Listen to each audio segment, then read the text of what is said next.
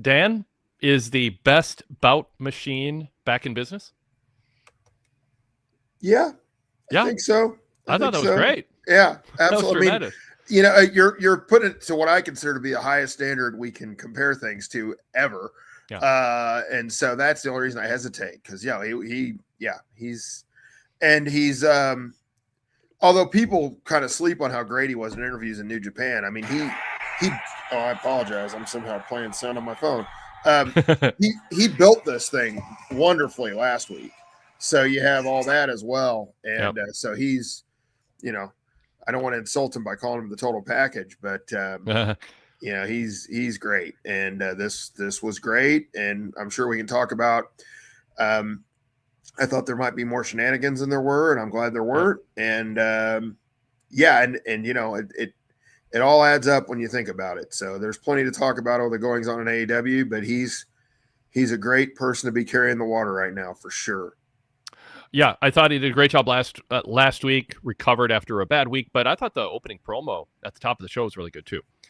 Absolutely. It was a serious person giving a serious sports promo about a serious match with serious ramifications. I mean, I know it sounds like it's not asking much of a guy who's so highly regarded as Kenny Omega to be serious during a serious moment, but you can't count on it with him. I mean, it's just, and I saw Michael Nakazawa. It's been so long since I've even thought about Nakazawa. I was trying to think of how to pronounce it also. I was like, how can I forget this guy? But yeah. I am so glad that I am hesitant about pronouncing his name, because I don't like him around Kenny, because he just is a weird guy who does not have canon to explain his presence in AEW.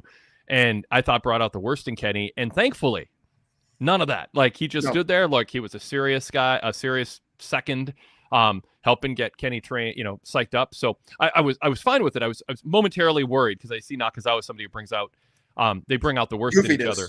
Yeah, absolutely. This is not an insult to him. That was by far the best use of him ever, and it was appropriate. And and he said the Bucks are not here. I told him not to be here.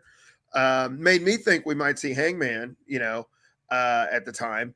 But yeah, I mean, it should be, and it's so rare overall in wrestling to have a no BS finish in that way. But if you're going to present these two guys, and you certainly can, as the two best wrestlers in the world at Wembley Stadium, that's how it needed to be. And I'm glad it was. Did it? But I'll throw a comment up here early. Bob Borman, I believe or Bob Bowman says, I mean, they telegraphed the outcome of this match weeks ago. Anyone paying attention knew the plan was always Ospreay, Omega, and all in. True. I mean, when you add the stipulation that Kenny can never wrestle for the title again if he loses, I mean, you're pretty sure that's happening, that he was going to win. I don't think that bothered AEW in a way. I think they almost, and I wouldn't recommend this often at all, but I think they kind of were okay flagging to fans, tune in to see a title change.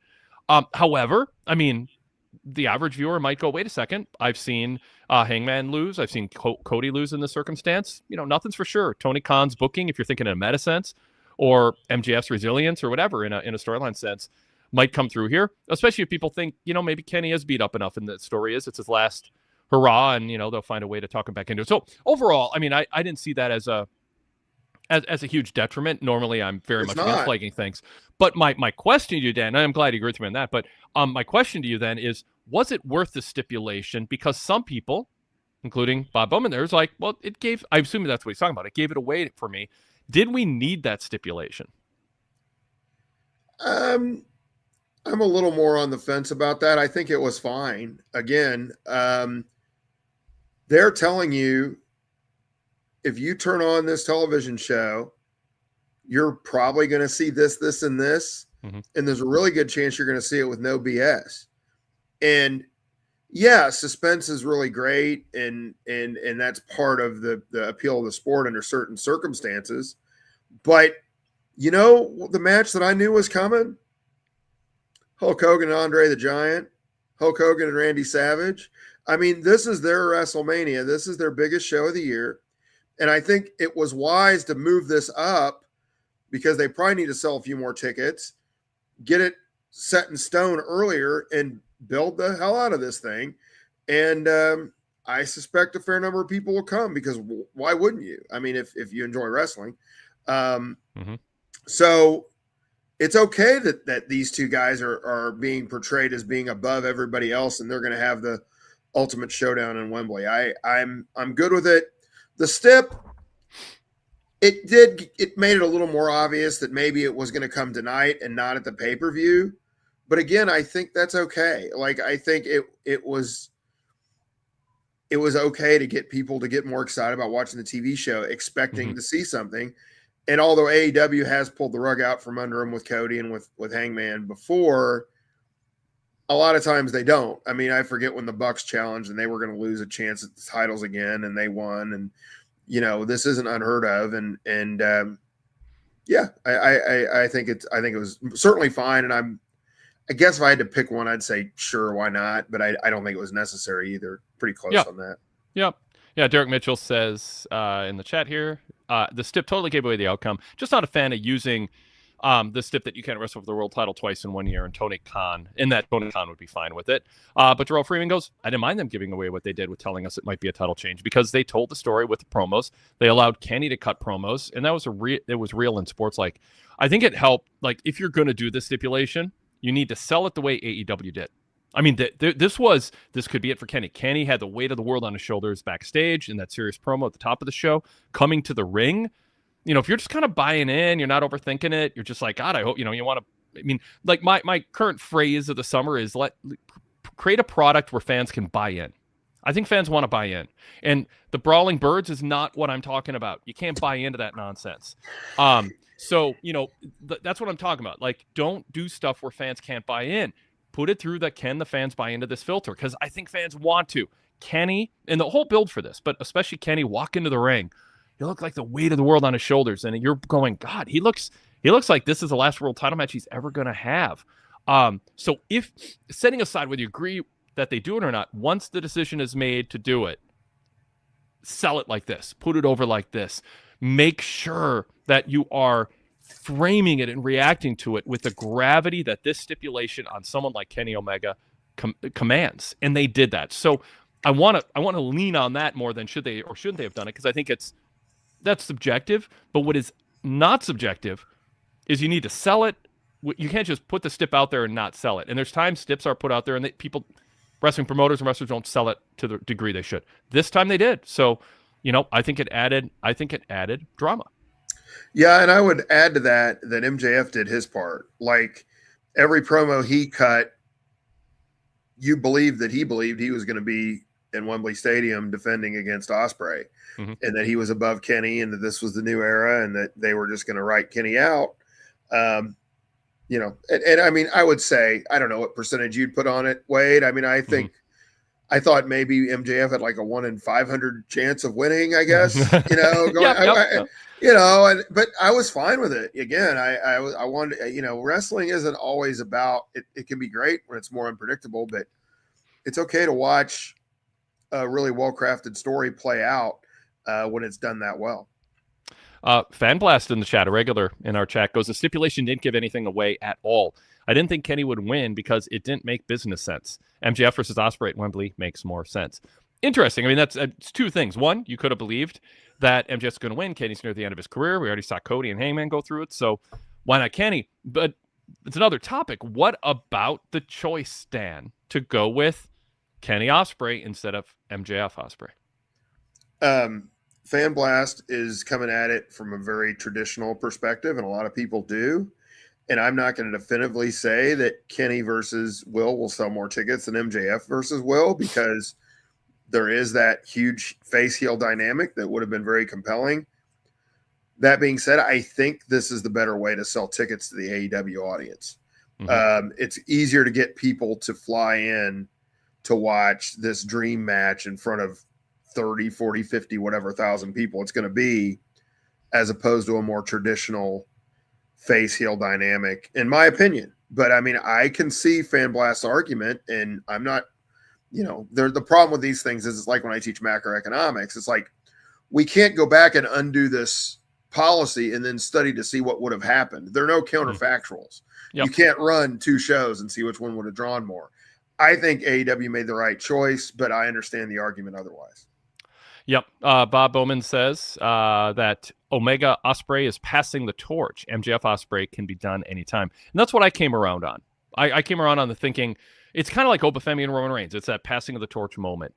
And this is a passing of the torch moment for Ospreay to beat somebody the stature of Omega to start his title reign.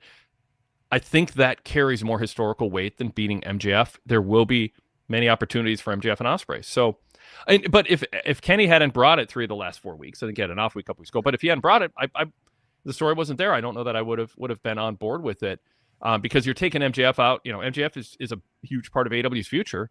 You take him out of being the centerpiece at Wembley, and you know, I don't know that you don't take Hulk. MJF's going to love this. You don't take Hulk Hogan out of WrestleMania 3's main event, or like if you have Hulk Hogan, you make sure WrestleMania is always him on top, but it is more of an ensemble. You know, right. I mean, with MJF and Ospreay and Kenny and Hangman Page when he's back and Swerve, we list the names. I mean, AEW's more ensemble than WWF was with Hogan at that time. But nevertheless, that is a counter argument. Let MJF build his legacy. And Hulk Hogan didn't have Bruno Sammartino in 1975, kind of toward the end, but ready to come in for one more match right at the end. Like you have a limited time. I mean, they did this with Bryan Danielson.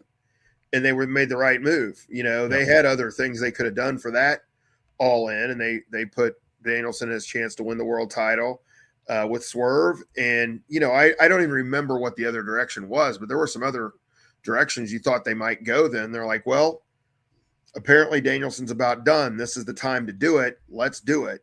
Yeah. And that was clearly the right move. And I think in a few years from now, we'll say the same thing about this. Yep. Zach Barber says, Kenny Omega will Ospreay at Wembley Stadium. Yes, please. Yeah, and I'll say this. I'm more compelled to, you know, I think it's always seems to, it's August 30th. I guess it's a week before Labor Day, maybe this year. I don't remember when Labor Day is. But I want to say Missouri football start. No, it's Labor Day weekend. I'm pretty sure. You know, I'll find my way. I'll make sure to find my way to a Dave & Buster's if they're still doing that thing, or in front of my HBO Max and see this thing. More so than I would, as much as I would be interested in MJF and Ospreay. Yeah, this is kind of one of those things that it's like, okay, I can't really miss this. Like this is going to be something beyond special. That's my opinion. That's, again, my approach to wrestling isn't the same as everybody, and I'm not to tell anybody what's right or wrong, but that's my belief. Yep.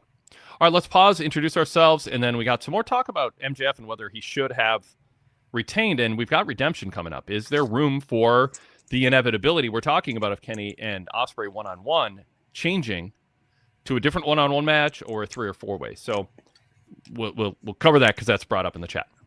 This is the Wade Keller Pro Wrestling Post Show on Wednesday, July 8th, 2026. I'm Wade Keller, host of the show, editor, publisher, and founder of the Pro Wrestling Torch weekly newsletter on the website pwtorch.com. And I host various podcasts. Please search for Wade Keller in your podcast app. Subscribe to the red and blue logo shows. All kinds of good stuff on both of them. The flagship is on the blue logo show, along with interviews, media Q&As, flashbacks, and more. And our red show is our post shows, which includes all our new shows, along with some flashbacks. So if you're discovering us or watching us on YouTube, be sure to subscribe to the podcast side of things and get content you can't get on YouTube. If you're listening to us on the podcast side of things, which is the vast majority of you, you are invited to join us live on YouTube if it works for you, to join us. We'd love to have you in the chat or calling us or just watching us live if you want that instant feedback. As always, please like this show, comment below. On the YouTube side of things, you can set alarms to give you an alert when we're live. You can always find the link to our live streams in my TV reports every Monday, Wednesday, and Friday night at PWTorch. Hope you're checking out my website to see what I'm saying about the shows as they're airing. Also gives you a chance to catch up on what you missed or find out if you missed something that you want to go back and watch. Also, if you don't watch the shows live. On the podcast side of things, I've been pushing to get our terrible star rating. It's up right now.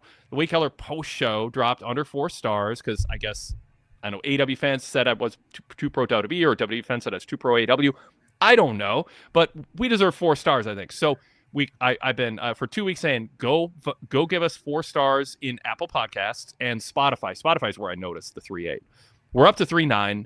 That was a few days ago. Maybe we're already up to 4. Anyway, let's keep getting us up. Give us 5 stars if you think we deserve it.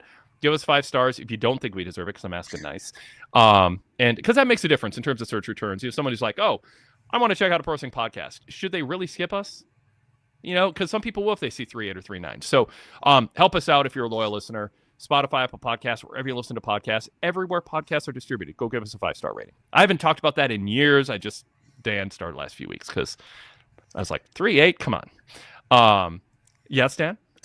I probably shouldn't even talk about it. I had a very small enrollment class, and my TVALs are always really great, but the student, I don't know who put in a certain complaint, but it's like, I think it was the person I spent the most time with trying to improve their writing this semester. So it just, we are all susceptible to, even if it's just for our own gratification, that we would like to have people appreciate when you're doing a good job. And I know that all these things are very good. So I would echo that. And if that student is listening, you should realize that I painstakingly, did what you said I didn't do. But what the good thing was is there's like 3 key scores that they look at on the TVAL, and it was on one of the random things that nobody even looks at. So it just bothered me. I don't think even my supervisors or people will even realize it, but it's still, that insignificant thing is still burning me up a few weeks later. Yeah. Well, I relate. We're still at 3.9 on Spotify. We're under 4.0 on Apple Podcasts too. Our blue logo shows at 3.9. So come on, help. I never talk about this stuff. It probably costs me because it's just the people who don't like the show for some reason who go and give you a low rating. But if you like what we do, take the time to do it, please. All right, enough on that. We got a Dynamite to talk about. Dan Kuester is my guest co-host. Dan, great to have you here. I love that we've got a Kenny Omega main event major happening. You are on the New Japan beat for PWTorch, the website. You've been a long-time VIP member, subscriber, contributor, and it's great to have you here. Thanks for joining me. Well, I absolutely appreciate it, Wade. And this is my first much of doing anything for a while. Not that this matters too much, but just kind of relating to Kenny, I had diverticulitis surgery a week ago, and it was much more severe than we expected. And so it's the offer was there for last Wednesday to do this, and I was like, oh, better not. And I'm glad to be able to do it and kind of up and around a little bit more. And again, even just going through what I went through, it makes me more happy for Kennedy, because I think what he went through is significantly more severe than what I did. And I don't wish that on too many folks. So, yeah. Yeah, I wasn't going to bring it up if you didn't, but having somebody who's been through what Kenny's been through in real life and watching what he's able to deliver tonight in the ring, I think is provides added insight. And it did. It made me feel a little bit more of a kinship. Just I guess that's human nature. I've never met him or anything, but yeah, I'm a big fan and have been since his New Japan days, and probably seen every significant match he's had, and really appreciate him myself. I think this added to the long list of great matches, as you mentioned at the get-go. Yeah. All right, very good. Darrell in the chat says, what does this mean to MJF to be taken out of the top match at the biggest show when he had a big year like this year? But the story they told with Kenny and told easy. Sorry, Darrell. I lost. There's some typos in there, and I kind of lost track. I wanted to do my best there. But I think the gist of his point is, what does it mean for MJF to be taken out of the biggest show of the year? I talked about that. It's not exactly like taking Hogan out of WrestleMania, but I bring that analogy up because MJF has been the top star. As Darrell's pointing out, he has had a great year. A counter to that, Rye 12211 says this is fine. MJF has not even peaked in his career. There will be a time and place where MJF and Ospreay feels even bigger than it would in August 2026. So Dan, any additional thoughts on that? No, I completely agree with the second point. This is not, no one's indicting MJF at all. There were people that were critical of the Darby thing, and that didn't take away from MJF in the long run at all. It just added depth and intrigue to a roster. I mean, like I said, when I was a kid, I took all the After magazines and I'd study the rankings and see how many contenders there were there, and be like, oh my gosh, Jim Crockett Promotions has so much depth. The WWF has so much depth. AWA not so much as we moved on and stuff. And this just adds to an ability for AEW to present all kinds of different cards down the road and be like, we are putting in the not only the best main events, but also the deepest rosters. I would guess that they're going to maybe move toward him and Hangman, but there's him and Swerve. There's all there. He's going to have a match and it'll be important. So I think that, he's a professional. He gets it. He's been awesome. He's been at his best, I'd say, in this year. I agree with that. I mean, he's become less of a caricature and more of a serious wrestler while still keeping all the things that have made him so popular. So, if somebody wants to vote for MJF as MVP this year, I would not argue with it at all. Yeah. And so it's but there's only one main event and there's only one Kenny Omega. And so that would be my counter to that. You mentioned the Darby thing didn't hurt. Freshman in the chat, Mr. Freshman 92 goes, playing hot potato with the world title is doing damage to the title. You brought up the After magazine. We called them the Bill After magazines. He was the kind of the face of the brand of the newsstand magazines. The newsstand magazines, for people who don't know, because they're part of the distant past, especially the 70s and 80s version of them, played along. It's what you would write about pro wrestling if it were real, and you wanted to create an immersive journalistic sports page like experience for pro wrestling, but they played along with everything, and which is wonderful. I love growing up with it. And I didn't resent it. I saw it as serving a purpose. I know there were people like, oh, they're lying to us and they're not acknowledging it's a work. I'm like, God, no, this is really fun to have, like, worked journalism in Pro Wrestling Illustrated did a great job with it, by the way. Some of the other magazines weren't as good. I was obsessed with them back then. And so the content, like you talked about looking at the champion. This plays into the long-term champion thing, because reading the After mags, the newsstand magazines, I'd be like, I can't wait to find out, because I didn't get to see like live NWA with Ric Flair. So when the newsstand magazines came out and I knew what days the new ones arrived, I'd always go, did Ric Flair lose a title? Did he lose a title? And who will he lose it to? Because Flair was for that era, such a dominant champion. I didn't want to know just who was going to beat him, but who would hold the title for a long time. But Flair would sometimes lose it and regain it, but he was the one who held it the vast majority of the time, even if Dusty won it briefly, for instance. So I think MJF can, maybe a more apt comparison isn't Hulk Hogan, but it's Ric Flair, a heel champion who holds the title the vast majority of the time, but you have some hot potato title changes, and it's often when cheating backfires on him that he loses, or he takes someone lightly. So it's very heel-esque in that way where, okay, I got to regroup. I'm the best. I just screwed up because I lost my discipline or underestimated or the cheating backfired. And so he'll rationalize that and tell him that story and then come back and, maybe be the long-term champion. That, I don't know. And Tony Khan's certainly not going to show his hand on this. I don't know if Tony thinks, when Will Ospreay wins, we're running with him. He's our Hulk. He's going to hold the title 3-4 years and maybe lose it briefly once or twice along the way. Or if he goes, no, I want to get back to MJF, but we got to give Ospreay his time. Maybe it's 50-50.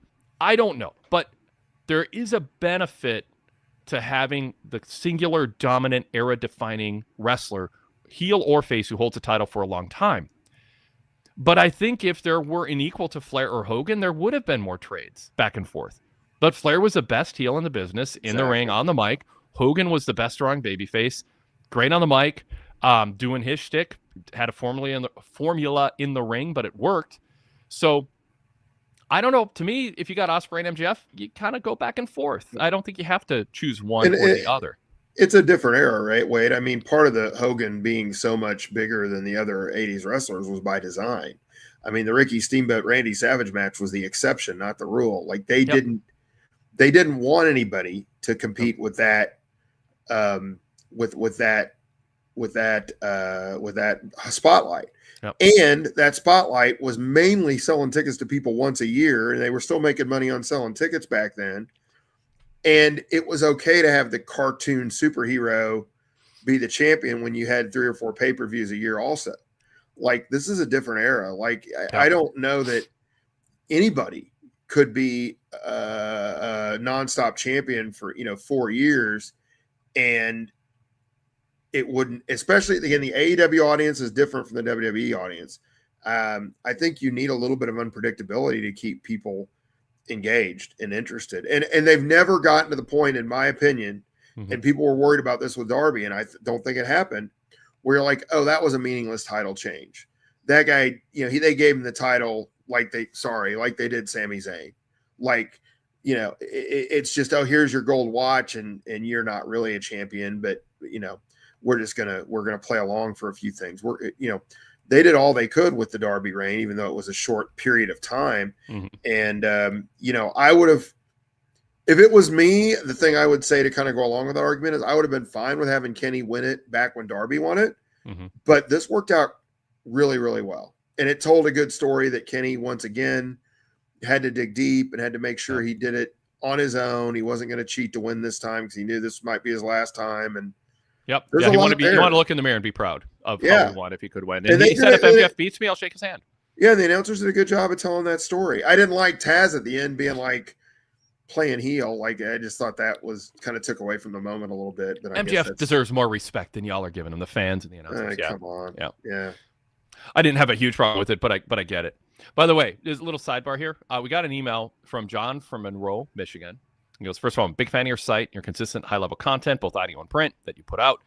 Truly an inspiration, but I'm a subscriber to numerous sites. You're the best at delivering what you promise by far, all caps. Kudos and thanks. Thank you. Now for the criticism. I'm a recovered WWE fan. That is, I no longer watch the product because the wrestling is poor, there's very few clean finishes, and they are a soulless profit-driven entity that takes its fans for granted. Okay. They charge premium prices for their product, and they do not care about their fans. Okay, so he says, here's my challenge for you for tonight's post show. All caps bolded. Do not reference WWE when talking about tonight's Dynamite. Every week you compare and contrast AEW and WWE. I get little value out of it. The only references to WWE I gather are from The Fix and from your show with Rich. I do not listen to Raw, SmackDown, or post-PLE roundtables. I do not believe that Eric Kroll, Will Pruitt, and I are the only wrestling fans with an abhorrence when it comes to the WWF product. Please accept my challenge and try a completely new approach to tonight's show. What do you think? Up for the challenge. John, I was up for the challenge, but it is incompatible with my discussion right now as we relate champions of the past, Hulk Hogan. Maybe he doesn't mind WWF 1980s references. Okay. And so I was up for the challenge. I don't know how I'll do. I'll probably just forget about it and do my normal thing. But I'll be cognizant of not overdoing it. It is kind of a fun challenge if you can just analyze AEW on its own merits. But it is a competitive marketplace. There is history that AEW draws from, and there are comparisons. You brought up Sami Zayn. I'm not restricting you, Dan. I just am saying. Well, tell John I'm sorry. I'm not really watching a lot of WWE either, but I think the fair comparison though to directly answer his question is they are not. It's not the same audience, and so what I'm trying to say is what's being done here. And you get your Jim Cornettes out there and people that don't like what they're doing, but AEW has an audience. And it's bigger than it was a year ago.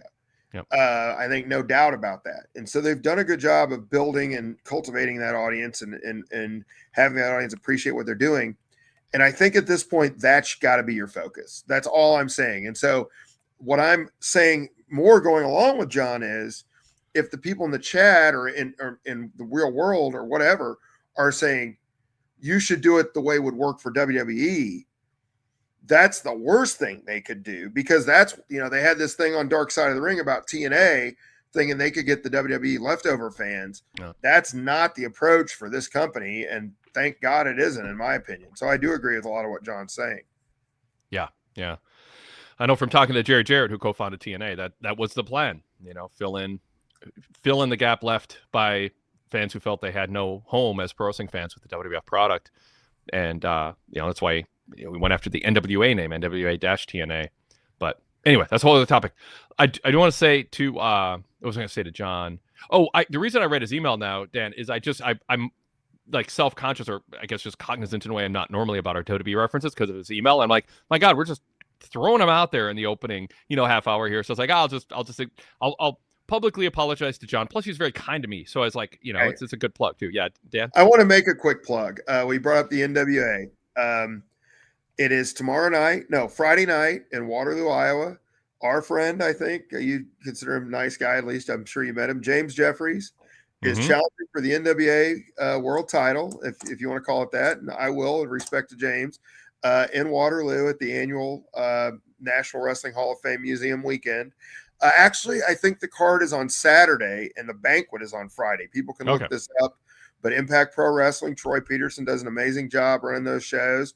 I'm very regretful that due to my recovery from surgery, I won't be there for the second year in a row after going like 15 straight years. Jeez. And you know, I've reached out to my friends there, but it's an amazing weekend. If you're within that driving distance, they still have tickets. They're having some really great roundtables and discussions and silent auctions, and it's a great museum to support. And Troy is a great guy, great promoter. He has people their money's worth. They run those shows. They start right on time. It's a family-friendly atmosphere. They'll have a lot of legends up there signing autographs and taking part. So just not to hijack things too much, but if I have a platform, I always want to promote that because it's my favorite wrestling weekend of the year, and I certainly regret not being able to go this year. I haven't gone in a few years. I want to go again. I know you kind of gave up on nudging me toward. I'm up at the cabin this week. It's Minnesota summers are kind of short, and there's the summers can get packed with different things. But I like Waterloo. Like I think Waterloo's cool. Right, it's a cool little it really is. It is. It's just this time capsule. I mean, it's not as vibrant as it was before. There were all the strip mall stuff, a couple miles down the road with every chain restaurant, but Walmart, all that stuff. But there is a downtown vibe to it, and it's right on the river. And I think it's a cool. It's cool architecture, and I don't know what restaurants have come and gone since I've been there, but I mean. They have a new Marriott if people would prefer, and the old hotel has been renovated really nicely. It's a much better experience than it used to be. Yep. And if you're a fan of, Baron Von Raschke, I think Tony Atlas is going to be there. Obviously, Jerry Briscoe, who holds court and is just amazing. JBL is going to be there, I know. I haven't looked through the entire list. But if you would enjoy having the opportunity to interact and actually visit with wrestlers from the past, they're very friendly there. It's the type of access you will not get at a big convention, and it's a really, really cool thing. And I know Bo James, who's been on with the Between the Sheets thing, they're doing a history of East Tennessee wrestling that Eric Nelson told me he's really excited about Friday morning, and I would have loved to have gone. I mean, again, I think the Fullers are going to be there this year, and fun. So it's people look it up. It's easy to find. Just check TNT Hall of Fame Wrestling. Waterloo, Iowa, and you can find the poster and everybody that's going to be there. But love to support those folks. I was obviously felt honored when I was inducted in the journalism wing of the Pro Wrestling Hall of Fame about 10 years ago, and it was 11 years ago now. 10, maybe it's a 10-year anniversary of it, and it was great. Jim Ross. I want to guess 2015, but I don't know. That was right around there. I've got the plaque on the wall in my main office.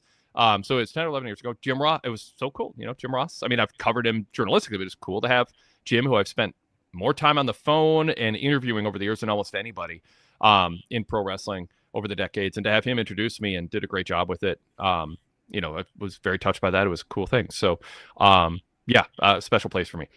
Okay. By the way, we just kind of did a sidebar. I just want to mention, I didn't plug it earlier.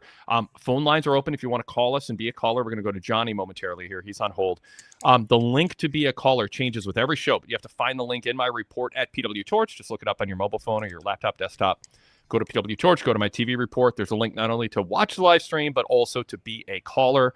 You can also email us, Wade Keller postshow@gmail.com. Wade Keller postshow@gmail.com. I'll keep an eye on the inbox as the show progresses.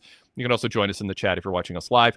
We also have VIP membership. I didn't mention that earlier, but people in the chat are noting how long they've been VIP members and supporting of the product.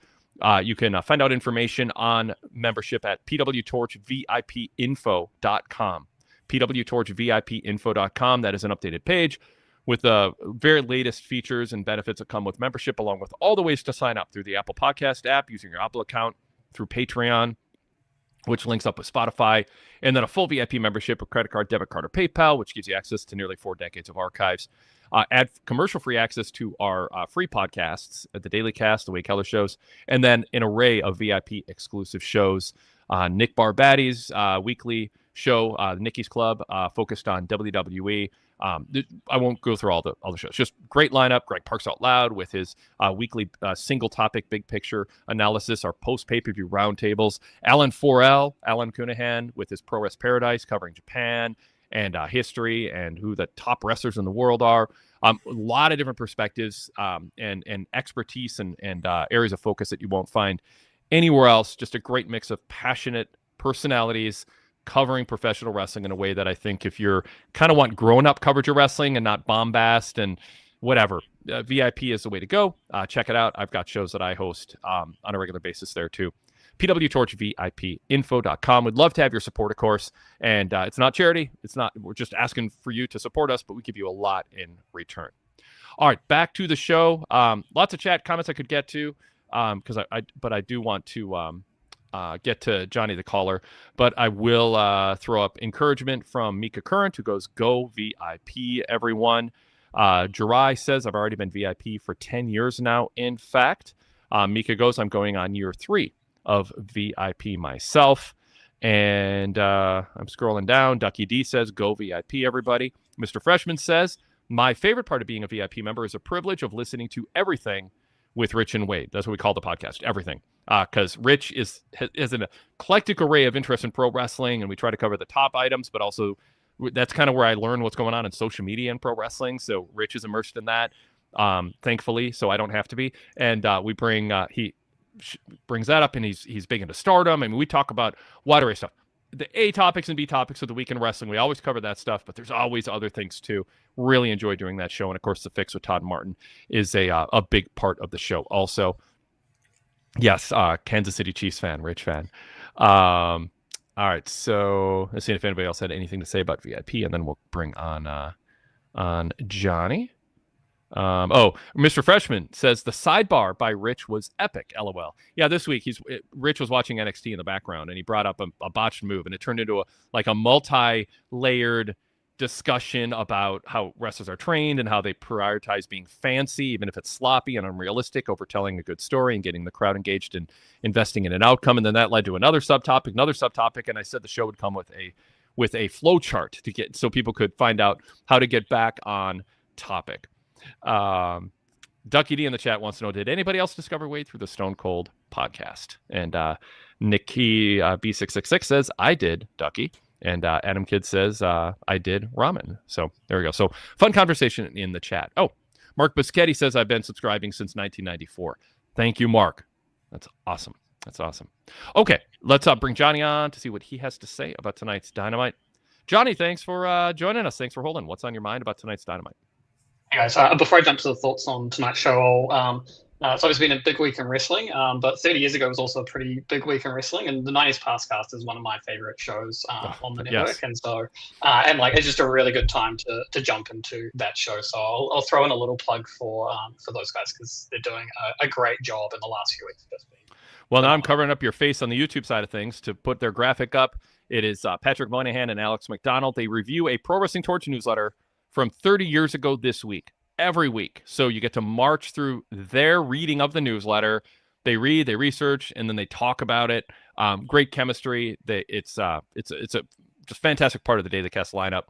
And you'll learn a lot about wrestling history and also learn how we covered it. And, that's an interesting aspect of it too. The contemporaneous response to major things happening in wrestling. And that is free, by the way. Just search PWTorch in your podcast app. And we're available anywhere podcasts are available. You can get the commercial-free versions with some VIP after shows, VIP member exclusive after shows when you go VIP. And you can customize your feed with a full VIP membership, so you can have a feed of just the 90s Pastcast, and you can catch up. If you have a feed of just the 90s Pastcast, you can catch up. So when you get a full VIP membership, you can have literally 30 VIP podcast feeds for each individual shows or clusters of shows. So there it is. Thank you, Johnny, for bringing that up. What's on your mind about Dynamite tonight?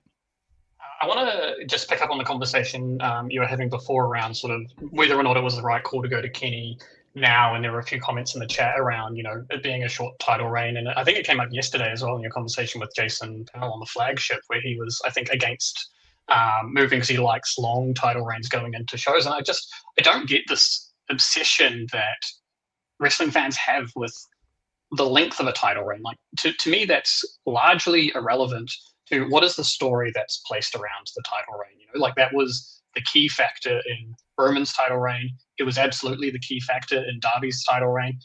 Both wildly different lengths of title reigns, both very successful, I think, at what they were trying to do in the story they were trying to convey.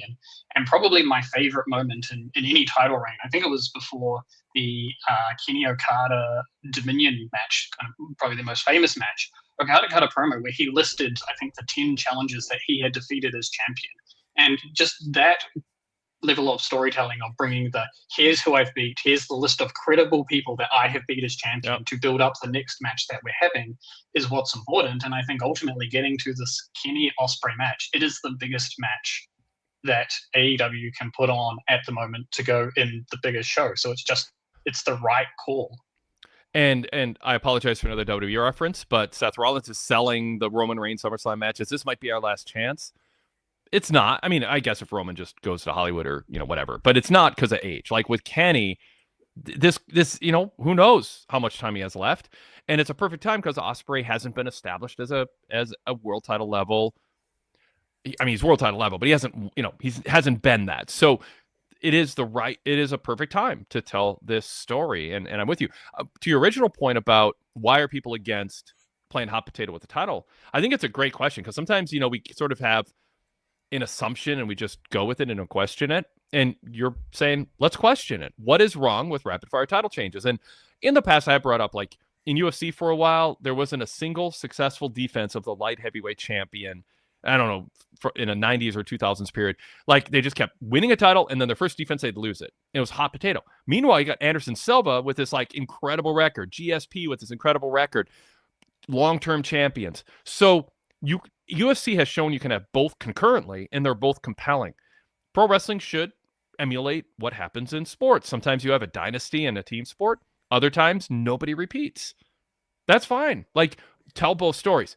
I think, though, the reason that there's the reaction, the negative reaction to the title changes, Johnny, is for a while it wasn't done with the notion that we're selling the notion that there's a generational talent who is going to hold this title forever, a babyface, or a cheater who's very talented but also cheats to hold the title for a long period of time. That defines an era. And then some bookers, I won't name names, came in and blew that up and started during the Monday Night War period, which had more negatives than positives in my view in terms of long-lasting change in the industry, cashed in on the discipline that promoters had over the years for not doing rapid-fire title changes. And I think fans who look at the business through that lens have seen title changes that are done either as gold watch gestures or we need to spark business because we made a bunch of mistakes and we're undisciplined and aired things like Brawling Birds bar brawls instead of staying disciplined and having a clear vision of what our wrestling show should look like. And so we have to hotshot to make up for it, to pop attendance. And people care about the championship and they don't want to see it used as a ratings pawn upon it being played in a ratings game. Dan, what do you think of that response? No, I completely agree. And the problem isn't how many title reigns that you're necessarily having in a year. I mean, to a degree, it's do they all mean something and are they all there for a purpose? And I have yet to see the title run in AEW that has been this kind of bogus, we feel sorry for this guy, or we just want to pop a rating on a Wednesday night. Let's just, do this. I've yet to see that. And so I kind of stated my thoughts on this earlier that I think it was absolutely the right move. And I think another nice thing about this is it's not that much extra time. I know the original plan was Kenny to win it at the pay-per-view, but you want to focus on this Kenny Ospreay match. And so if anything, getting that title reign a few weeks earlier builds that better, in my opinion. Johnny, I wanted to ask you, where are you calling from, if you mind my asking? Brisbane, Australia. Okay, so again, that may not be the same fan base as what's going to be in London, but I do feel like an international fan base is going to be more appreciative and excited about the direction AEW is going than just a completely American fan base. Maybe that's completely off, but that's just my. No, I think you're right. I was at the show they did here in Brisbane where Kenny and Ospreay teamed up for the first time. or one of the first times, and like the crowd was electric for both of them, right? And I think it's because probably here there's a little bit more awareness of things like New Japan and some of the outside products, and or at least in the crowd that was present at the AEW show, there was just a high level of awareness, and it's a show that I wouldn't travel to see an MJF main event at this point. It's not a discredit to the work that he has done, because it's been really good work, but it's also been a few years of him doing this work now, whereas the Ospreay Kenny match feels like a novel. It feels like a once in a lifetime chance to see this match, whereas an MJF Ospreay match is like, well, that's probably going to happen many more times in the life of AEW, and they will be great matches, but are they going to be something compelling? And Johnny, you're with me that you would not be saying what you're saying had Kenny not had a good month or so since he returned, and a good stretch of time since he returned, but especially a good month where the story was told well, and he got serious, and he's looked good in the ring, and he's in shape, and they've told the story. This is the best Kenny we've seen in a while. 100%. Before I watched the show tonight, I was really nervous that when I saw him opening the show, that he was going to lean into the best bout mything, which is, I hate that name, right? Because to me, it doesn't tell a sports-like story. Like, if you're the best wrestler in the world, you should beat these people much more quickly than you do. So you wouldn't be having what we call good matches, because you beat people quickly. And I think there's, like, for me, one of the big misses of Kenny Omega in his time in AEW is to say, I'm the best wrestler in the world, and when people stand opposite from me, they unlock another level, which is why all of my matches, go on so long, and why I have to fight harder, and why I am the best. Like, there is a way to tell that story in a sports-like construct, but that they often don't, and they just say, we're going to sell you on a good match. And it's probably my biggest point of nervousness with the Ospreay Kenny match, is they're going to go out for the next few weeks and talk about how they're going to go and have a really good match, and not go out there to find out who's the better of the two, because that's what I want to be sold on, a match of which of the two is better at this point in time. And obviously I'm with you, Johnny, what you just said about best bout machine and that. And, some people go, well, does it really make a difference if the match is good and people like a wrestler? They're not going to care about that detail. And in isolation, the difference is negligible. But in totality, if you approach it with that mindset on everything, to me, not doing that is symptomatic of your mind not being in a place that allows you to apply a philosophy that would help you draw and help give people, fans who want to buy in, a way to easily buy in. You're not doing it if you don't even think of that. If you think of that, that's part of a larger approach that doesn't just throw your hands up and go, people know it's fake, so let's not even care, and let's not question anything. It's why I promise to keep this short, but it's why I have an issue with pin breakups and tag matches. It just has gotten increasingly sloppy, and nobody thinks to question and go, hey, that's not how it was once done. Now you just run in and pat someone on the back and the rest stops his count, even though the rest are still covering the person and their shoulders are still down. Why reward the interference? Same reason I don't like why the ref calls for the match to start when a heel attacks a babyface from behind before the bell. That makes no sense. No one would do that in sports. You don't give an advantage to a cheater. So I bring that stuff up because I it's my way to, in as much as I reach people with influence in wrestling, to kind of jostle them out of bad habits. And it's not a pet peeve. It's not a nitpick. Those are symptomatic of a mindset behind the scenes that makes everything a lot harder. It just becomes a sludge to get people to buy in when you don't pay attention to those details. And what you just said about the best bout machine is wonderful. That's something Nick Bockwinkel would have said back in the day. Why do people say I have some of the best, most interesting matches, and I have long matches. And you know why it takes me so long to beat some of my opponents? Because they step up their game when they face me, and I am honored by that. And I have to use every tool in the book to win and become the greatest. Whatever, you know what I'm saying? Like, it's not like, who would say that? That's literally what every top wrestler would have gone to sleep and on plane rides along car rides been thinking, how can I explain why it takes me so long to beat my opponents if I'm the best? Every generation would have done that for good reason until, the last couple generations. Dan, do you want to jump in on that? Yeah, I've never thought about this, but Johnny makes me realize how much better a nickname the Rainmaker is than Best Bout Machine. Because, everybody's going to want to see me because I'm the best. And just so happens that we have the best matches ever also, but it's because I'm the best. It's like, it's inherent in the nickname. And the thing I'm hopeful of, and I think will happen, is they'll move in the direction that Johnny's talking about, because that interview segment they had after the pay-per-view, where they started with Ospreay and Moxley, and then they transitioned to Kenny, and there was a little bit of conflict there, but Kenny's like, I love you, man. I love you, blah, blah, blah. And then MJF steps up and says, I'm going to beat this guy and it's all good. Like, if we were going to start to build more to and it doesn't have to be disrespectful, and it probably shouldn't be, but I'm going to prove I'm the best. And I'm glad to have a chance to do it against the other person I consider to be right there at the best. That's fine. Like it can be, but it does need to be at some point built on ego, pride, will to win, there's a reason there should be 50,000 people here because I'm the best. And this guy is like a half smidgen behind me and I'm going to prove it.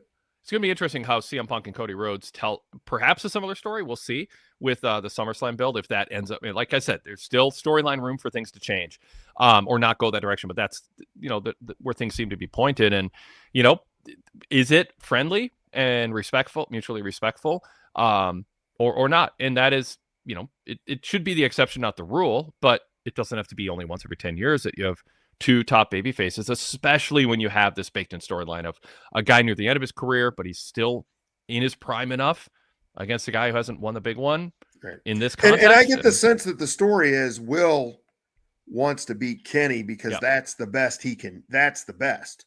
Yep. Like, yeah, he likes Kenny and he can't stand MJF, but it's some of it's selfish too. Like I could beat MJF. Like I just have to overcome the cheating. Now I got to beat the guy that, everybody says is the best. It's like when the Chiefs were, not to hit on a sore spot, Dan, but there's stretches of time when you're great and then you age out a little bit sometimes. Always actually in sports. The next dynasty would have liked to have beaten the Chiefs. Not had the Chiefs sink and now it's too fresh. Two fresh teams. Let's not write us off though, Wade. We're coming back this year. It's I like our draft. I like we had a lot of entries last year, so it's somebody will get the chance. They'll be able to beat the man if they're going to be able to, because we're going to be right up there at the top. I'm not convinced we're number one in the NFL, but I think we're definitely top 5 going into the season. So I'm see how I'm happy for you if that happens. I have nothing against the Chiefs. The Knicks might have been New York Knicks might have been thinking, you know what, we want to beat Oklahoma City, and they might have been rooting for them, so we beat the prior champs. The Spurs thing was great. The Spurs, the Spurs earned their way to the finals through some good teams. But So, all right, Johnny, back to you. Yeah, and kind of I think there's now really a big watch point for AEW with Will Ospreay, because he really laid out his philosophy tonight around being the best and doing it in an honorable way. And I called in 2 weeks ago and had major problems with the Ospreay Death Riders Association. And that's something they're going to have to be careful with over the next few weeks. And it's going to be interesting to see how they manage that going into All In, with the way the Death Riders are sort of so inconsistent in their characters and whether or not they win matches honorably. Because there's only a couple of weeks ago we had belt shots from them to win matches. And even Moxley on the pay-per-view ripping at Bandito's mask. Like, that feels very unaligned with the philosophy that Will Ospreay put forward tonight. So it's something we're going to have to watch. I hope that AEW is owning that. It's part of the story they're telling, and it's not just sloppy and they, are thinking, well, just, I don't know.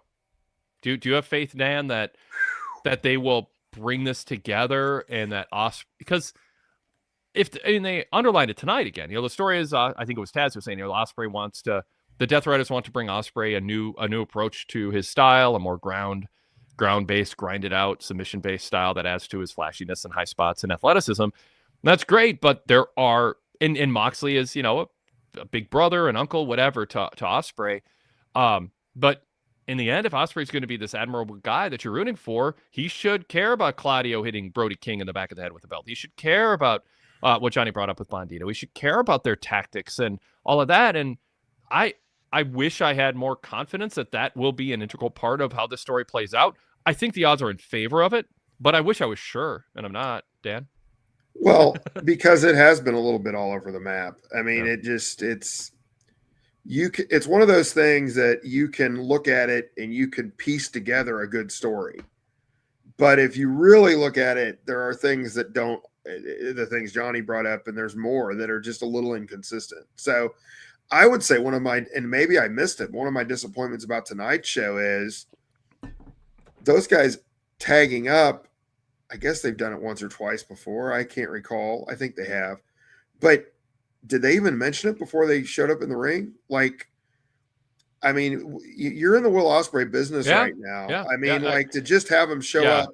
Hogan and Savage, the Mega. Are we gonna? Yeah. Oh yeah, they're just in a match against some, low level against the Bear or whatever those guys are. Workhorsemen, yeah. Workhorsemen, yeah. They're not bad, but that was like it felt like a time filler, and it felt like something that as they ran down the show, they never really got to it. And I know it wasn't that dramatic of a match or anything, but you've got to promote your guy. If Ospreay and Moxley are wrestling, either of them, or if they're wrestling together, you got to say they'll be in action. And it defines it down a little bit. Yeah, that's the thing. It signals when you don't advertise talent that's going to be on the show at the level of Moxley, although he wrestles a lot. It's sort of like, well, of course Moxley's wrestling. He is the, I don't know if he has more matches than anybody in the top tier, but probably more TV matches than anyone.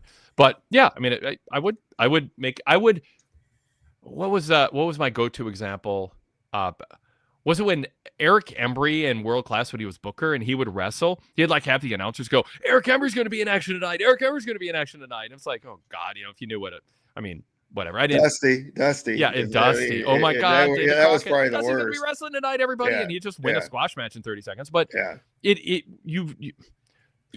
err on that side than on what they did. Yeah. Yeah. And we'll tell you when you're doing, we'll be an honest, objective voice. If you're overdoing it, we'll tell you. But push to the limit when it comes to making any appearance by your top stars feel special. Absolutely. Johnny, sorry about the NFL and NBA talk from Brisbane. I'm sure you're just like, what are they talking about? What's going on here? I just zone out and wait till I hear my name again, and then I come back in. Yeah, we haven't even started on Missouri football. It's coming up. That's where I zone out. College football. I know. I've got my tricks. I know how Johnny feels when you start talking about college football. You and Todd. All right, Johnny. Just one last point, and I'll make my point, and then I'll drop off and listen back to the answer. But I'm just really keen to get your guys' thoughts on the venue for tonight's show. It felt very to anything else. When it first started, I was not sure, because I think that was maybe just I haven't loved the WrestleMania since they started in the day, so I think I was just reacting to a bit of light coming through. But I actually really liked the venue. I thought the crowd had good energy. I thought they made good use of kind of the brawls through the crowd that they did in the night to kind of call some attention to it. I don't want to mention where tonight's show happened, because that felt like a huge ad. I wasn't sure if we were. It was. They clearly had paid for that. Yeah. Yeah. So that was maybe a little bit much. But I've never heard Excalibur tout the art district before of a city they've been in. Yeah. I thought the venue worked. So I thought it was really good. So I don't forget, I want to throw up. Ducky D goes, 100% mentioned it. I assume he's mentioning Moxley and Ospreay. And I wasn't saying they didn't mention it. I think the idea was, I don't think it was on, I don't know if it was on social media. It certainly wasn't advertised far ahead and touted. And it wasn't like, and coming up later, you're going to see them. And honestly, Dan, in fairness, they did a great job hyping MJF and Kenny. Right. And, I don't know if you want to spend a lot of time talking about, a tag match. There's a mosquito flying around. I'm going to get him. Nope, he's still live on my keyboard. Now I got him. All right. Sorry. Up at the cabin, they're sneaking in through the screens.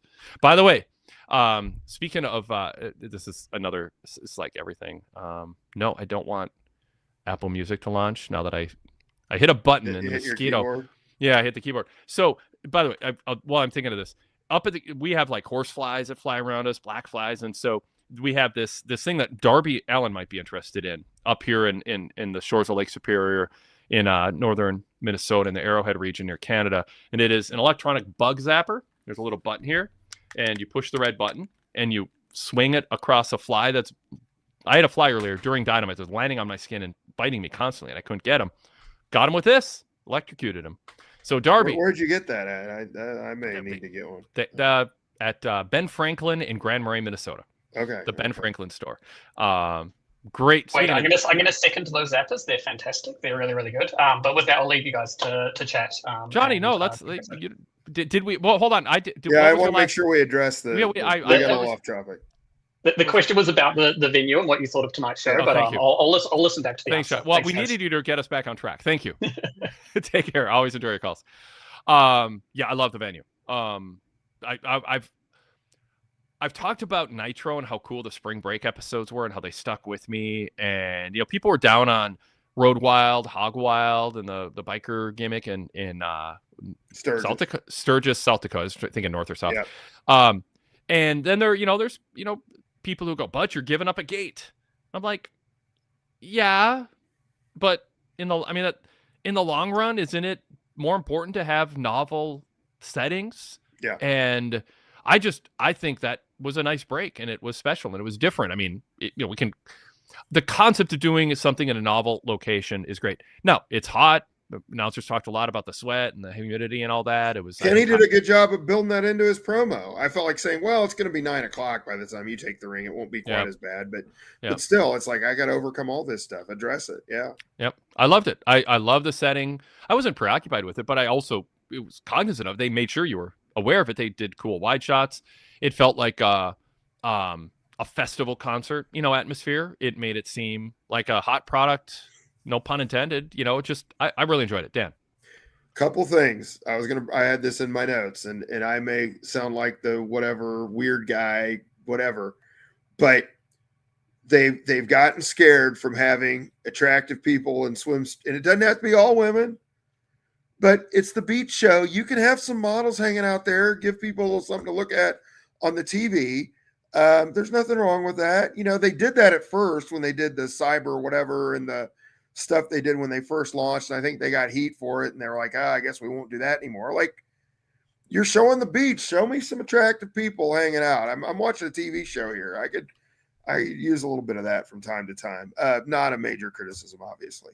Yeah. I really like the venue. At first, I thought they weren't going to show it enough. I thought they showed a fair amount of it in the main event, having a little spot off the lifeguard spot. Yep. It wasn't overkill, but it was enough to think, hey, you're watching something kind of cool and unique. And I liked that quite a bit. And the crowd was good, but outdoor crowds just aren't going to be as loud. Yeah. But getting back to what Johnny was talking about, it made it clear that Kenny was the star of all stars here tonight. And he got the crowd. And to get a crowd, an outdoor atmosphere to make that kind of noise is really great. And it was also a really good night for Willow, because people were not really loud about that match at all. And then she showed up, and it looked like it was the right move to have her win, because that was like a totally different reaction to anybody else, Mercedes and Tekla included. I know they didn't wrestle, but so it was kind of cool, because you could really tell who was over more than a normal crowd, because of the nature of the way the noise travels.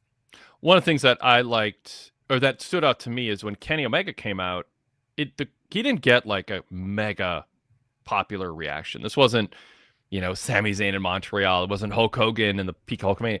And I was like, oh, that's kind of a bummer. And then MJF got it during the match, though. Well, that's what I'm building to, Daniel. Yeah, sorry. I couldn't help myself. I got you. Spoiler alert. That's where I'm headed. But then MJF came out, and he got actually, like, people were booing him louder than Kenny was cheered. I'm like, okay, that's not ideal. And it's one of the things I really liked about the match is the story they told and the way they told it earned a vocal crowd investment that wasn't gifted to them before the bell rang during ring introductions. And to me, they're chanting Kenny. They're not chanting, this is awesome, both these guys, or whatever bullshit. Fight forever. Yep. Totally get it. I think there was an AEW chant at one point. And I think when MJF went through the table headfirst or something, that was crazy. Oh my God. Some people in the chat had noted that the match was a little bit sloppy, and it didn't jump out to me as like especially sloppy, but I led with asking you, is the best belt machine back? And you were kind of like, well, you're comparing it to the, peak Kenny, peak Okada. Okay, yeah. And I get that. What did you think of, and the announcers talked about, it's slippery and all that. There are a couple spots where I was like, it felt like there was a time when they took a couple bumps where I'm like, is that what they intended to do? But it didn't jump out to me as like especially sloppy in a way where you would mark it down for it. And in a way, and I've taken some heat for saying this, but sometimes when a move doesn't go perfectly, it looks more like a fight and less like ballroom dancing. The You Can't Escape was tough. He had like no room to jump off that thing. That was bad. But yeah, I appreciated it. It felt like a struggle in multiple ways, and that they were fighting to win. And, I think MJF is not 100% either. I mean, I think that they've my guess is that's why they did the 12-man at the last pay-per-view. Maybe not. It gave him a chance to put Ospreay in the main event, but the guy's leg's clearly bothering him.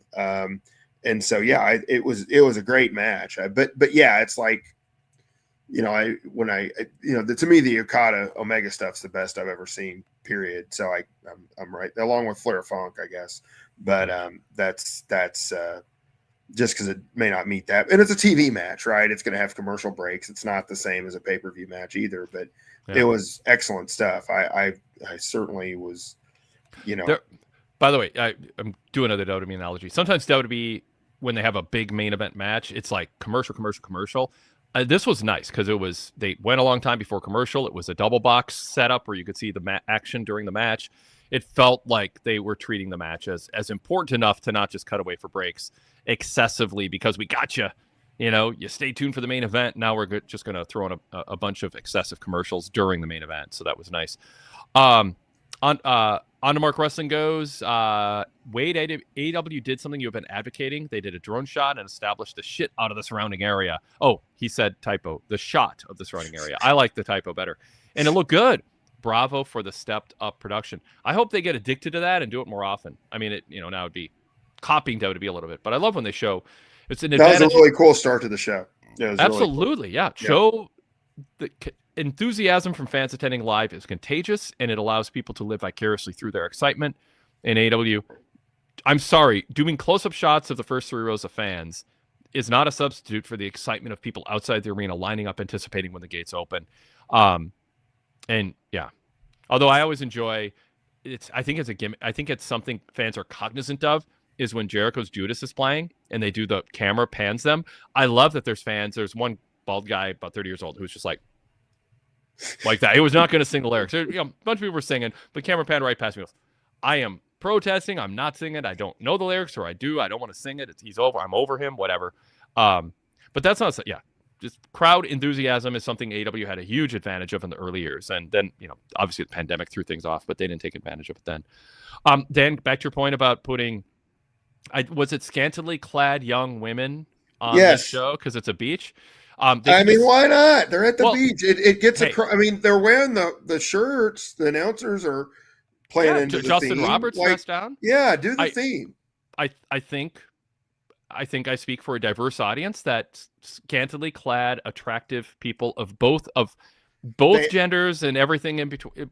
Go for that. There's room for that too. You can have a beach scene with attractive people in swimsuits. However, I bring this up not to make that point, but Mr. Freshman goes, Dan, he's from the area. It's 11. I put his wrong post up. No, it's up. No, this is part 1. Dan, it's 11:30 over here. It's still hot as hell outside. That's a different point you said, because by the time Kenny Russell will be cooler. But his other post is, Mr. Freshman goes, there aren't many attractive people in Clearwater, Dan, LOL. There are models for hire. This is a television program. Absolutely. There are people out there that want to build their Instagram following or whatever that they could find. They found them for the Jake Paul Mike Tyson fight. I mean, it's not. Yeah, it's doable. I just feel like, and again, I'm kind of like old man likes to complain about whatever. The thing I feel like it's easier not to do it because they're afraid people will get upset at them. And again, easy solution to that. It doesn't have to be all females, obviously. There's a wide variety of people that like to watch wrestling, and most people like to see attractive people. No, when you do a beach theme, it's all. I mean, it is. It is. Yeah, your don't excuse. do it for no reason. But this was the chance, and I expected it. I mean, I know like the school stuff at the Nitros movie, they throw people in the pool. Now that would have been, you can't just manufacture a pool easily or whatever, but that makes it more memorable. You think, oh, I remember when they did that show there at the beach. That was kind of cool. Yeah. So that's all. We don't want the ring girls for UFC who are blowing kisses to the camera all the time. Just blowing kisses all the time. Like let's try to be I think Tony Khan, he doesn't open with his politics socially, but clearly he's a social progressive, either strategically or genuinely or both. I mean, but like, because he's, I think he's pretty neutral on his politics publicly, and that's fine.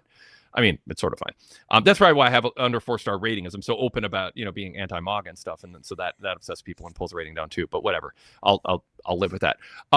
But I think he doesn't want to come across as, oh yeah, we're just going to, be sort of sexist and dated, like when every game show had a male host and then the pretty women who were walking them out. So you got to be careful of that. I think this was an open. You're in Florida in the middle of summer. It's the beach. The show is beach, whatever. I mean, yeah. Yep. So on that note, did you mind or like the metal bucket full of sand getting utilized in Jericho and Ciampa? We haven't talked about that yet. And I don't have an opinion on it.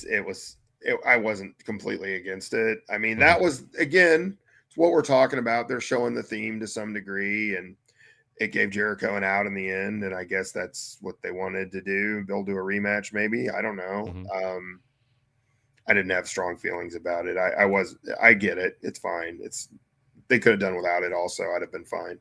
Yep. Mr. Freshman, by the way, goes, continuing the sidebar theme here. They should have hired some OnlyFans models for sure. There's plenty of those over here. There you go. Yeah. Very good. So let's talk about Jericho and Ciampa in general. I after their terrible, like, embarrassing backstage brawl last week, the plastic patio chairs, like, as a weapon, like landing on somebody and it breaks, that's fine. But then smashing them with it, I mean, I don't want to be smashed with it, but if I'm in a nationally televised professional fight, let's not go down the road of continuing, that kind of thing. I thought that was, the metal bucket is fine if you want to play up the beach theme, and the sand in the eyes, I don't know, that to me bordered on kind of corny, but in even Kenny sold it a little bit, maybe legit. In the main event, I don't rule that out.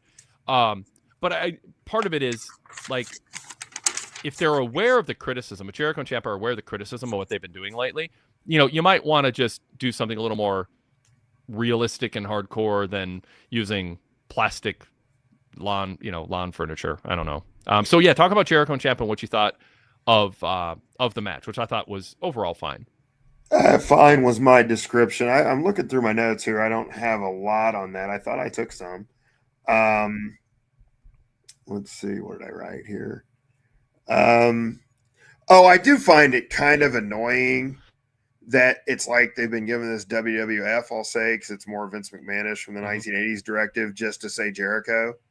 Like, it got to the point, and finally Tony said Chris a couple of times. It's like, I get the branding. I'm not even against it necessarily, but when it becomes I don't like watching any sort of match when the announcing is not natural because they're using a single name, which they used to do in WWE all the time, and it was just horrible.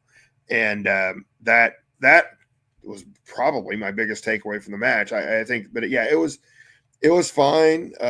Ciampa, he has a good presentation of himself, for lack of a better word. Like, he carries himself like the star. I've become less of a fan of Ciampa since he arrived in AEW than I thought was possible, because I loved him in NXT. I thought he was good in WWE, and going back to ROH. I mean, there's been a whole array of things that I just have made me question where he's at in terms of how he executes his matches, especially promos, his character work. Like, on its own, it wouldn't be a big deal, but I thought it was even sort of symptomatic of him not sort of getting the goal is heel heat when you're a heel, and you should be consistent with that. When he went up to a guy in the front row and kissed his bald head and said, bald men unite or whatever, and if you're wrong. To me, the heel move is to walk up to, if you're going to draw attention to the guy, walk up to the guy and go, MGF, you're right. There are a lot of ugly bald people. Look at this guy. I'm the only handsome bald guy. Like, this whole thing of like, of Jericho, did I say MGF? Jericho being anti-bald, it should be framed as, of course he's not against bald people. He's giving a hard time to people who are insecure about their baldness, which, you want to play up that Ricochet and Ciampa are. But now Ciampa's actually the babyface here, going, why are you making fun of people who are, follically challenged, as the silly saying goes? Yeah. And he played into that. Like, to me, your job is to be a heel, not make a good counterpoint to the babyface who is being shallow about hair loss. Lost you there for a second. Wait, I'm sorry. Yeah. Yep. But the one thing, just full confession, as I said, I had surgery last Wednesday, and so I watched a lot of the AEW stuff, but I didn't see what you were referencing with the interview with Ciampa and Jericho last week. So I probably missed some of the buildup that wasn't particularly great. I've been, I've been kind of in and out of it. This is my best day. How about the electric drill? I didn't like it at all. Yeah. And it's like it's same thing. Like, what are you gonna? I mean, yeah, you could hurt somebody with it. Obviously, I'm not saying that you couldn't, but you're not going to. Yeah. And then destroying the blow up, whatever little beach toy with it didn't make it more compelling either. I just It is. I guess I wasn't terribly interested in this match, and I felt like it got pretty good crowd response. So I was kind of like, okay, it was fine. Jericho's doing better than I would have anticipated coming back. So I want to be objective, but it didn't do a whole lot for me, I guess. It was, yeah. Yeah. The electric drill thing, it's just, you people watching going, we can't imagine that being used as it is being threatened to be used. And if that is the case, don't use it. I didn't like Triple H's sledgehammer. And when he'd wind up to swing it, immediate analogy that comes to mind. You will explode someone's head like a watermelon if you hit them with it, and we know you're not going to do that. So when you threaten to hit somebody with it, we know 100% they're going to duck or miss. They're going to duck. You're going to miss. But when you cover it with your hand and you jab people with it, we know you're going to do that. Like, just don't use weapons that you can't actually use as you're threatening to use them under any circumstances, and that was the case here. This falls into the category of fourth grader booking ideas. Hey, wouldn't it be cool if we did this? And I'm sorry, it's not backyard wrestling. This is a national serious wrestling company. And to me, it is also symptomatic and revealing of a mindset that I think exposes something about Ciampa and frankly Jericho at this stage that I think Jericho should be like, no, we can't do that. And here's why. And Ciampa go, oh, I never thought of it that way. Like, someone should be around Ciampa explaining why this is stupid. Ciampa's so intense and so believable and so badass, and I love so much about his body of work, and it just sort of feels like, well, now there's no parameters and all his worst instincts that others have edited, and maybe there's some stuff I'm forgetting about in the past, but yeah, I Tony Khan, be a leader, rein him in, although maybe Tony disagrees with me on this stuff. I hope not. And the drill thing was post-match, wasn't it? So yeah, I think, yeah, but so, still, and no, it wasn't. But it just, that's why I didn't focus on it as much, because it was kind of stupid after the match, and you're like, okay, well, they're going on to the next thing, I guess. But I will say I thought they had a pretty good crowd response, so I will give them that. Maybe more than I expected. Yeah. All right, the women's casino gauntlet. The return of Willow Nightingale. Teclon commentary has been a subject of conversation in the chat. Ducky D says Willow got the pop of the night, and a shady ass insider comment from Tekla. What the heck was that? So the shady ass insider comment that he's alluding to is when she questioned whether she was really injured. Wow, Willow looks great. I wonder if she was ever injured. And Mr. Freshman says, I don't think that was insider. I was going to say, has there really been speculation about that? Yeah, the feeling was she was in the tournament, then taken out, not because of a real injury, but because they wanted a way to get Mercedes because Mercedes. I don't think it was Maya who replaced her. I think it was Mercedes who replaced her. Okay, yeah, if my memory is failing. Yeah, that's right. Yeah, that's right. So that was a way to have a surprise of Mercedes.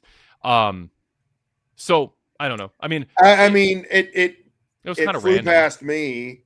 Yeah. So I just thought it was a heel thing to say. So if there are a lot of people that are really on top of it, and it does kind of make people question the promotion, then it's probably not wise. To me, it was just like she's being a heel and she's just seeing, it was just kind of a weird thing to say. But yeah, when it drew attention. But I didn't take it as insider myself, but I'm maybe not as up on things as I should be. Maya replaced Suri. That was that's right. Yep. So good. Thank you. Yep. But the match was not going that great until Willow showed up. I'll say that. In my opinion, the crowd was, and it was like Sometimes they feel like they're giving the women time to give the women time. I didn't even, and again, this is my fault. I haven't been watching like I always watch, and I've just been unable to the past week. Yep. I didn't think they did a good enough job at first stressing. I thought maybe this was for a TBS title shot or something. Yeah, it was a little confusing. Yeah. Like I don't know if they really pushed enough that this is for a pay-per-view title shot in Montreal. And they got there, but I didn't know. It made me kind of question the structure of the match a little bit at first and what was going on, because I didn't realize it was for the world title. And so you probably don't want to, maybe, even though again, I've been a little off the product more than usual, but you know what? Not a good, that people should know what your big matches are about. I think your perspective, and you've got a great excuse to be a little bit behind on a couple things. That is why Tony Khan needs to not play to the people who are hitting refresh on social media all the time and have perfect memories and watch Collision and everything is fresh in their mind. He needs to play to people who miss a show now and then and make it really, really clear. Because that's an important stipulation. Like it's one thing. I thought it was less important than it was. And it reduced my interest in the match going in. Yeah. Honestly. It should not be just a passing comment. That's not my job as a fan. It's your job to tell me why I should be excited about this thing. And really, they kept saying it at the beginning of the show. And again, somebody may come in the chat and say, Kuester, they said it was for a shot at the world title at Redemption or whatever. If they did, Excalibur said it too quickly for me to register. So I don't know. Yeah. I need to review it, but when they emphasized it at the end of the match, my thought too was they needed to emphasize that more.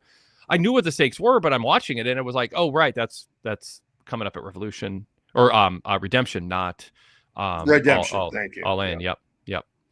Willow got a nice pop though. Do you have any notes on both Willow and also Tekla's commentary?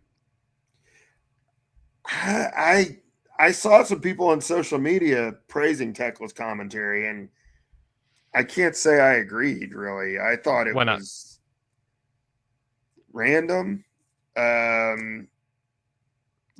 know she's trying to be Brian Pillman to some degree, maybe, but it was a little distracting. Like, I think she's going to get some positive comments because she goes, man, the ring's filling up with dumb bitches. Like that's the kind of thing where people are like, "Ooh, wow, she said that." Yeah. And yeah, I think I hadn't thought about the Brian Pillman comparison. But yeah, a little bit of what was the adjective with not unhinged with Pillman that was kind of used during that time. I wish you would have not given me a false answer. I know it does screw things up. The chat knows what we're trying to think of here. Well, he's a loose cannon, but it was something other than that. But yeah, loose cannon works. That might have been what I was trying to think of actually. And yeah, whatever that will work. Yeah, loose cannon. Yeah, it's loose cannon. So I think the idea is her being a loose cannon. Dan, we'll go with that. The chat agrees. Loose cannon. They want her to seem like a loose cannon, and beating up the promoter of Stardom, and you never know what she's going to say. That is fine as a gimmick, but I think you want to make sure you're putting it through a filter of, is this shock value but runs counter to our narrative structure, and it's putting yourself over at the expense of others in a way that's counterproductive. Like, make sure it's clever and worthy of kind of doing that. Yeah, like she made that comment about the strip club and blah blah blah, and I'm just like, okay, it's like random. Like I said, I mean, it's not like I don't ever perk my ears when I hear some of the things she has to say, but I'm like, what does this have to do with what I'm watching? And is it interesting me in her or her upcoming matches? And I'm not sure that it does. Yeah. Okay, so I've got some super chats to get to. Thanks, Derek, for the reminder. I've been trying to find a time to weave them in, but good reminder. I brought up the Brawling Birds thing. Your body language and utterances made me think you're with me on this. Explain what it was and why it's bad. They're at a bar. That's fine. They could have been rooting for England in the World Cup as far as that goes. They, I think, are supposed to be baby faces. They randomly beat up guys, and maybe they can't be shown drinking beer. I don't know. Like, again, are they going for Ron Simmons and JBL? Whatever. I don't. But randomly beating up guys and then celebrating in some really tacky, weird way where you look at the camera and wink or whatever the hell they did. Like, it's so fake. It's so like, how many it's something they might have done in WCW in like 1993 that was horrible. The blowing up the ship. It's not that bad, but it's but that was the start of a lot. I mean, that was the start of a lot. I have lots of issues with it, but the fact that it was so needlessly heavily produced, overproduced, ruins it. Like, if you're trying to portray a bar fight, what you want is Excalibur to say, if you do this at all, I'm trying to like frame it in a way where it'd be less eye rolling. Is Excalibur say there's an incident with the Brawling Birds? A couple people had their cameras out and filmed it and want to show you what they're all about. And then you can splice in 2 different angles from 2 different camera phone shots, but say it's camera phone shots and it should not look professionally shot with all the different camera angles and splicing and editing that shows a whole camera crew showed up for this. And then the people acting so campy. That's the next thing I'm going to say. No. I'm happy you did, because I don't know if I was going to say the word campy, but it should feel gritty. And what we need is a backstory, Dan, right? What happened? And it should be either nothing or something. Decide what happened. Did someone make a comment to one of them? Did some guy make a sexual comment, innuendo? Or did they barge past somebody and they took offense to it and then they overreacted? Give us a backstory. We're supposed to be in favor of them or not. Right. And then a brawl breaks out, and then it feels like camera footage. And then at some point, the bouncer comes in and pulls people apart. Make it look like it could have actually been a real bar fight, and they just were tough enough to take down these drunk guys. And aren't they supposed to be baby faces? Sure. So that's the thing. That's like randomly going into bars and just beating up. Is it that's cool what I mean. They beat up guys? Like, it's like. Yep.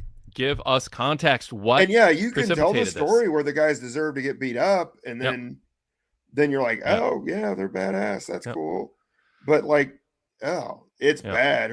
Someone's asking about it in the comments in the chat, they want to see it. Be prepared because it's Ducky bad. D goes. Yep. Ducky D goes. All right, I got to see the segment. LOL. And Zach Barber, I scrolled down to see, is he defending this? Because I could imagine him going, come on, blah, blah, blah. He goes, it did have the feeling of Sting confronting Jake Roberts in the bar to set up spin the wheel, make the deal. So there's a fun callback that would have been something Derek Mitchell might bring up from the past. I'd have to go back and look at that, because the original setup where Jake jumped Sting and Ron Simmons won the world title was fantastic. And then Watts was still running the show then. So I have to think that particular segment wouldn't have aired on television if it was anywhere close to this bad, but I could be wrong. I don't know. Derek Mitchell's reference, because I was waiting for it, is this: the Brawling Birds are greater than Dick the Bruiser and the Crusher and the APA. I mean, maybe they're going for that thing from the Wrestler with Dusty Rhodes and Dick Murdoch, but again, even in that, there was a reason for them to fight. Like, and it was campy and over the top and whatever, but it was also a movie. So, like, I don't know. I don't know what I thought it had the opposite of the intended.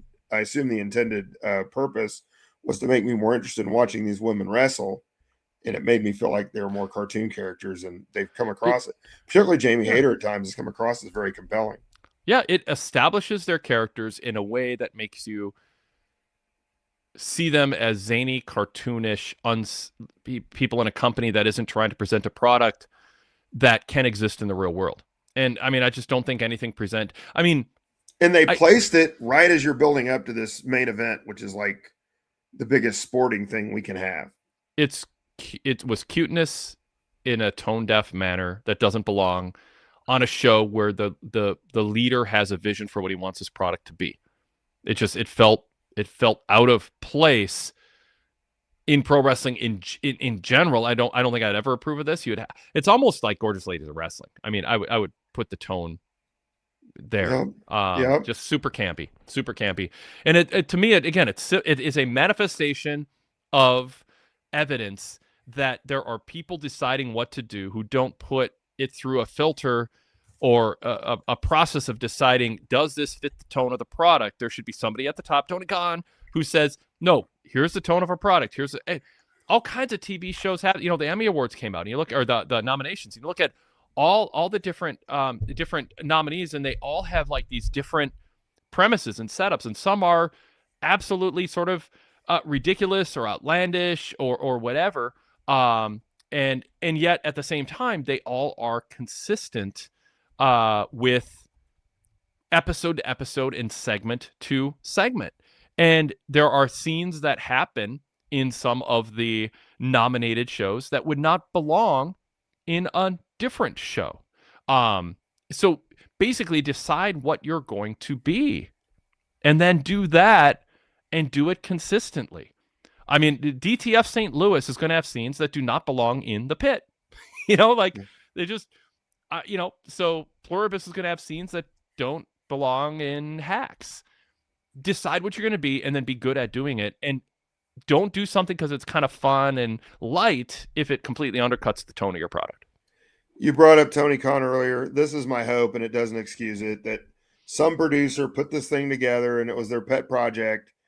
And they said, here it is, Tony, put it on the air. And he's like, okay, I guess I will, because this is what they want. And it's maybe, I don't want to, but it's Will's wife and they seem to like it and they're not showing good judgment, but I'll put it on TV anyway. Like, that doesn't excuse it, but I sure hope this, it's not part of the television program I particularly want to watch.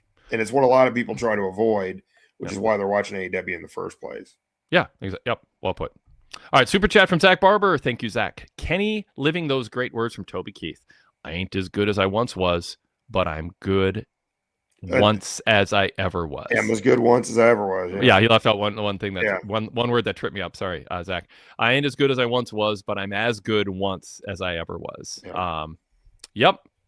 And he notes it was an incredible match in 86-degree weather. So I'll stand corrected on the weather. So there you go. Yeah, I'm sure it was humid too. Yep. And they could use online. Derek Mitchell goes, thank you for a super chat. Derek, as always, seriously, thank you. Everyone's welcome to super chats. We appreciate it. It's kind of like a tip jar for what we're doing here. MJF losing the title isn't surprising, but he showed flashes of what made Ric Flair a great NWA champion. He's already a 3-time world champion, and I suspect winning multiple times in the future. Yeah. I mean, Rick, it is, there have been a lot of comparisons about MJF. Comparing, it's fun to do, I mean, you don't have to do it, but I like to go, he's kind of a blend of these 2 or 3 people. And we come up with, different names over the years. And I don't know. I mean, Ric Flair he doesn't obviously look like a Ric Flair knockoff, but he is they showed his the mansion he lives in with the, the big long driveway and the big yard that has a professional. That's where, he grew up. And then he's got the scarf and the dress and looking down at people. I mean, all of that. It's just, there's so many things he's pulling from Ric Flair. And I think he pulls from that more than he does Roddy Piper or who's the other person I just said, or Gino Hernandez. Other people that maybe you would compare in terms of great heels who had some of the quick wit and kind of carry the persona that they carry themselves. So I'm giving you time to kind of think of someone else besides Ric Flair. Who has he been compared to? Who would you compare him to besides Flair? I think that's the best comparison. Yeah. I think he'll take that. Yeah. Yeah. And it's, we brought up Nick Bockwinkel a few times, and there's that cerebral side to it but it's not as good of a comparison. He was from Beverly Hills, California, and acted like he was better than everybody else, better than the fans. So there is a snobbishness there that carries over. But yeah, MJF is different, is more like Rick than Bockwinkel. Yeah, Gino Hernandez says something. Obviously Roddy Piper, just sort of the kind of the quick wit insult type thing. Chat, feel free to jump in on that. We'll revisit it. Another super chat from Derek. Dan, I know diverticulitis is very challenging, and I hope you're feeling better and on the road to recovery. That's very nice of Derek. Thank you. I'm going to ask Wade to buy me a cup of coffee with that super chat, since it's for me. It's done. Yep, you got it. Thank you. It's been very blessed. We had some concerns about possible cancer and stuff, and had a great surgical team, and just get a colonoscopy, folks, if you're out there and you've been thinking about it, because you don't want to face the alternatives. And I put it off too long, and I've been lucky. So thank you. Yep, I haven't put it off, and Yeah, it's just you just got to do it. You got to suck it up and do it. And I think Anyway, the last super chat. Is this another super chat? Did I? Oh no, it's just a comment from Derek. Let me find. Zach Barber goes, who would have thought Andrade would be this over as a face when he returned last year? Him against Kenny at Grand Slam Mexico could be an awesome match. Yeah. Dan, comment on Andrade. He did a really nice job in the segment tonight with the Callis family. And I was not against him coming back to AEW, but I wasn't like super thrilled about it. He wasn't as bad as Malachi Black or some of these guys that just didn't want to really do anything in AEW when he left the first time. But still, he could have, you felt like he could have done more jobs when he was there since he was leaving. But what he did do was very good the first time. And he's been awesome. Like he's finding his footing. He's finding his character.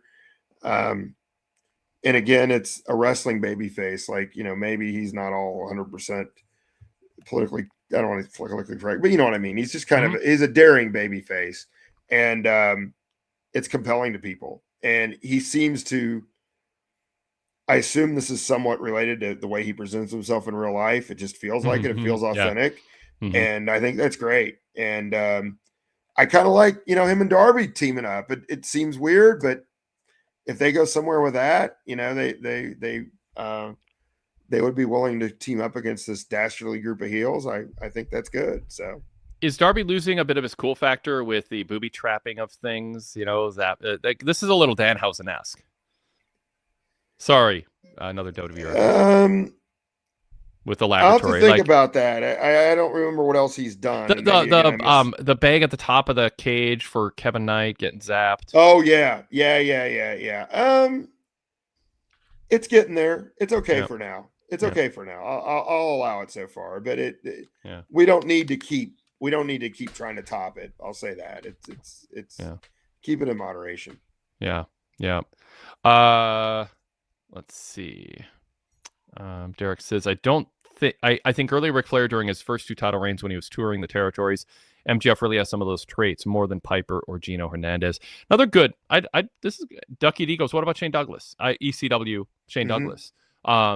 There was a confidence and bravado and self-assuredness that Shane had that MJF has, and I'm the franchise. I mean, MJF is, he's not saying it because the term ended up getting overused, but I see it. Yeah. The difference is that, and I liked Shane a lot in ECW, don't get me wrong, but this is better, so there's that. In my opinion. I think Shane on promos in vintage ECW for his time was in a similar category to MJF. It's just a centerpiece heel in the ring. They did a promo with him where he was standing in a shower for like 25 minutes. And it was one of the first ECW shows I ever watched when I moved to Columbia, Missouri. And I was like, this is great. Like, it was a big chance. And he pulled it off. I was like, man, this guy is pretty great. Like, how not so many people could do this. They were building up with Ron Simmons and I forget who all else. And it was, like I said, normally you'd probably turn the TV off, and I didn't. I was like, this is great. It's really cool. I got all those ECW shows transferred from VHS to DVD in my collection. There's some weird stuff. Jason on an exercise bike, polishing his title belt for like what felt like a 20-minute segment. Hunter Q Robbins, was that? Yeah, I think he died a few years ago. Yeah, that was a little bit before. I started getting it in '94. That's when I moved to Columbia. But yeah, they had a lot of one station. There's a lot of trial and error in those days, but man, there's some good stuff. And Public Enemy, man. Jinx, so great. Yep. Love their promos. So good. All right, Dan, anything? What do you think of the Jungle Jack Perry announcing? I liked what they did with that. They kind of let it leak on social media. I know how much you're on there. And it's been in the Observer. Jack Perry hadn't signed his contract yet. Even if that was all whatever, like, it's good. Like, make it seem like you won a bidding war and you kept somebody that you're wanting to build around, and that is that's worth promoting. I liked the segment with Luchasaurus. I thought kind of an interesting way to change things up, but I liked it. So I'm going to be more against it than you. Although I'm not planting my flag as this is a big deal, but my argument against it is they don't ever announce contract signings. That's not a thing they do. And it made a bigger deal out of Jack Perry than I would argue he has earned in his promos, his matches, his performances, his conduct behind the scenes. I don't mean to bury the guy, but like this felt like you're making a bigger deal out of him than he was merited because Tony Khan lives on social media, knew this was an issue, and so we're going to make a big deal out of winning a bidding war that and the casual audience didn't know was happening and don't care about. They didn't know he might leave, and he's not a big enough deal to give a contract signing segment to. That would be my counter argument. This felt like it was I never felt like it was very real because they never really pulled him off TV. You know? Yeah, like it seemed like a foregone conclusion to me. I'll disagree. I'm okay with it. I think they can do it with FTR too, which I think is going to be kind of the same thing. This talk that they may retire or whatever. And Zach Barber says it's a pointless video on the chat. What was it longer than I remember? Wasn't it like 45 seconds? I mean, I don't know. Well, the Brawling Birds wasn't that long, but it was. It was terrible though. Yeah, this was not that. It's the genesis of it. It's we want to brag that we signed Jungle Jack Perry and we didn't lose him to WWE or he's not. I know he's an original and a pillar and all that, but it seems like it's like if you're going to be a lottery team in the NBA and you sign like the last free agent standing because nobody else wanted him, and then you send out a press release, hold a press conference. It's not that bad, but like it's kind of what I'm saying. It's like it makes you feel kind of minor league that you're making a big deal. This isn't Bret Hart and Vince McMahon. Are you going to stay with WWF, Bret? Or are you going to go down south? And he's not Bret Hart, and this felt like a little bit of Bret Hart treatment. I think Jack Perry's good. I would want him on my roster. I think the ship has sailed on him being a top centerpiece star. I think, I still am not over him making fun of cauliflower ears. I just think, my God, like what world do you live in where you don't see that's a badge of honor and you think it's worth making fun of? Was it Roderick Strong who made fun of for that? I'm just like, dude, like that is not something you make fun of somebody for. It's like for so many reasons in a pro wrestling context. So, and that's not the only reason that I'm saying this, but like, I don't know. It just doesn't feel like a hot free agent signing that your audience like, oh yay, they signed a guy who hasn't been on TV much, and when he's not featured.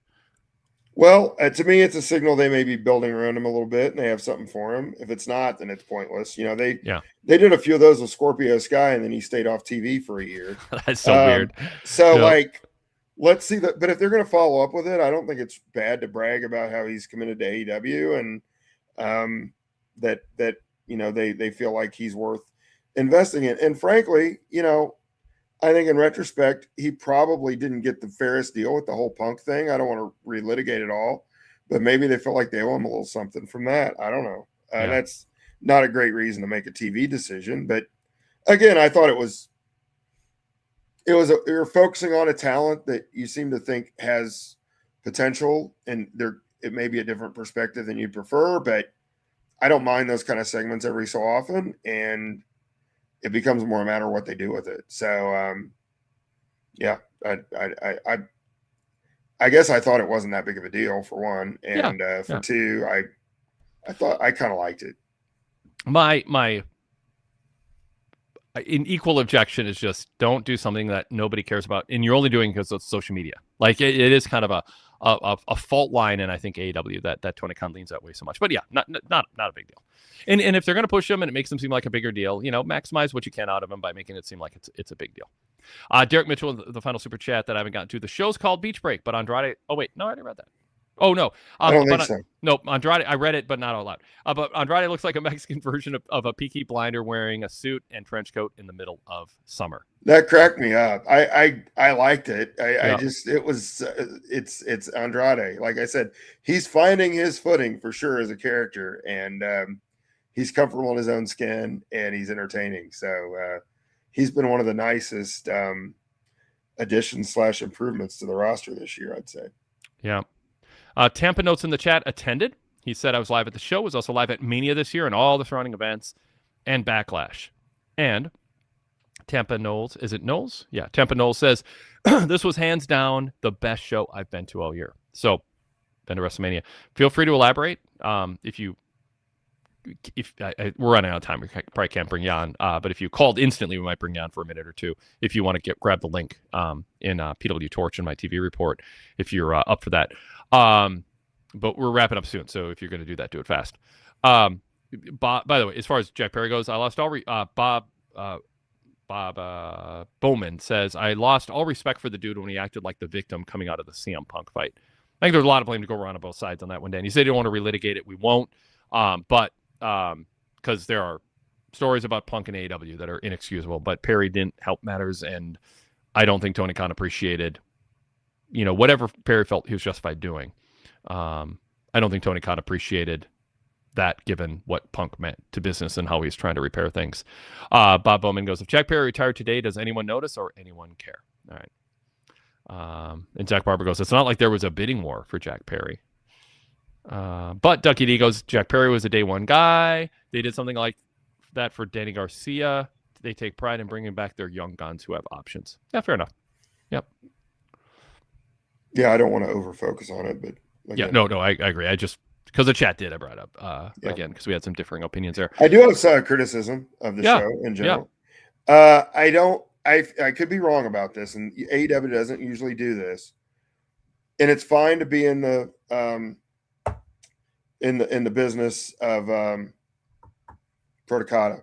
We got to talk about that match. Yeah, but I feel like they underemphasized Takeshita, and maybe because he's going off to G1, and I don't think that's necessary. I didn't think they gave him enough. I keep meaning to bring up that match. What do you think of the match? Great match. And elaborate more on the outcome, please. Yeah.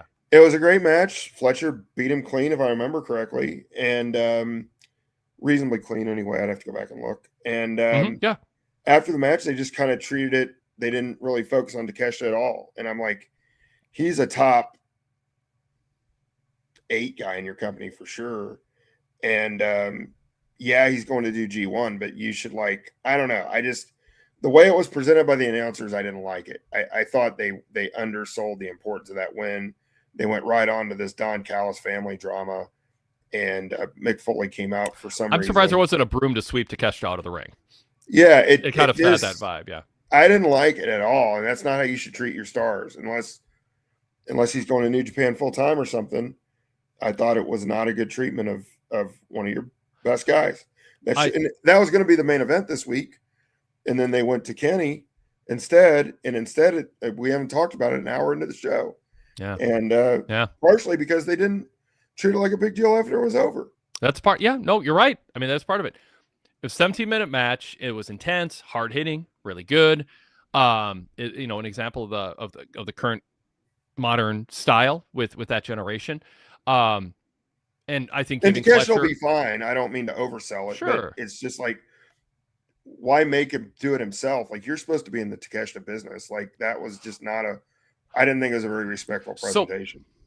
And it was a respectful presentation, but I want to make clear I'm not against heels getting clean wins now and then against equal level baby faces, which is what this was in a title match. The hell out of it after it's over. That's the thing. Yeah.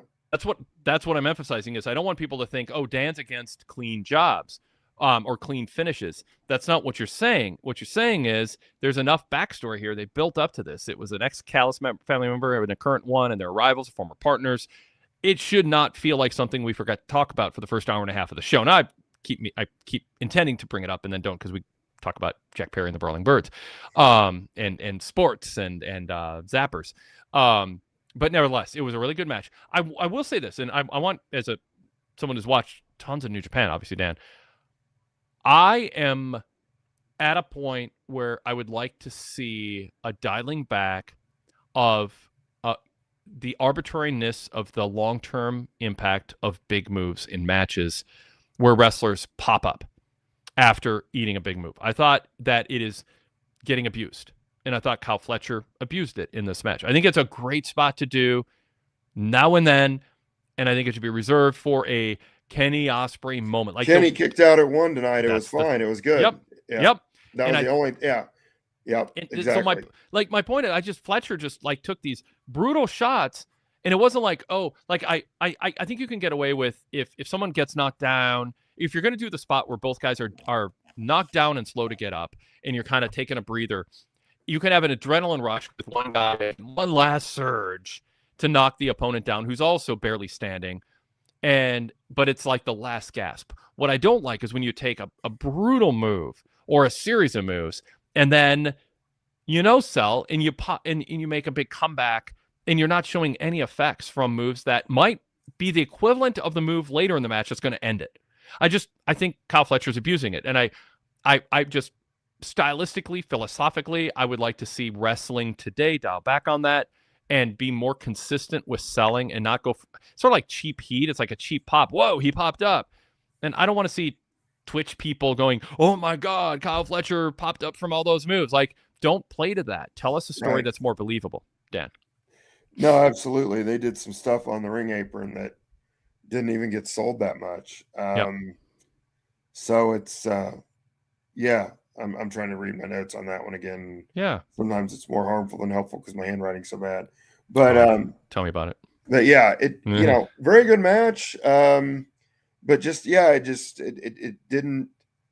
Again, I want to come back to the fact that this would have been, in a perfect world, should have been a TV main event, and you've got to focus on the results of it. It makes it gives you some long-term credibility and gravitas that I felt like it lost a little bit at the end. The match itself I thought was really good, but again, fine that Don didn't interfere. That's great. He kind of did. He distracted Kuester one time, but I'm not against the clean finish, but I just didn't care for the presentation. Yeah, I don't think it solves a ton, but I probably would have put that on first and made a big deal out of it and done Ciampa Jericho as sort of if you're going to do that style match, sort of a comedic come down. Well, and then you could have the segment with the family and Mick Foley later.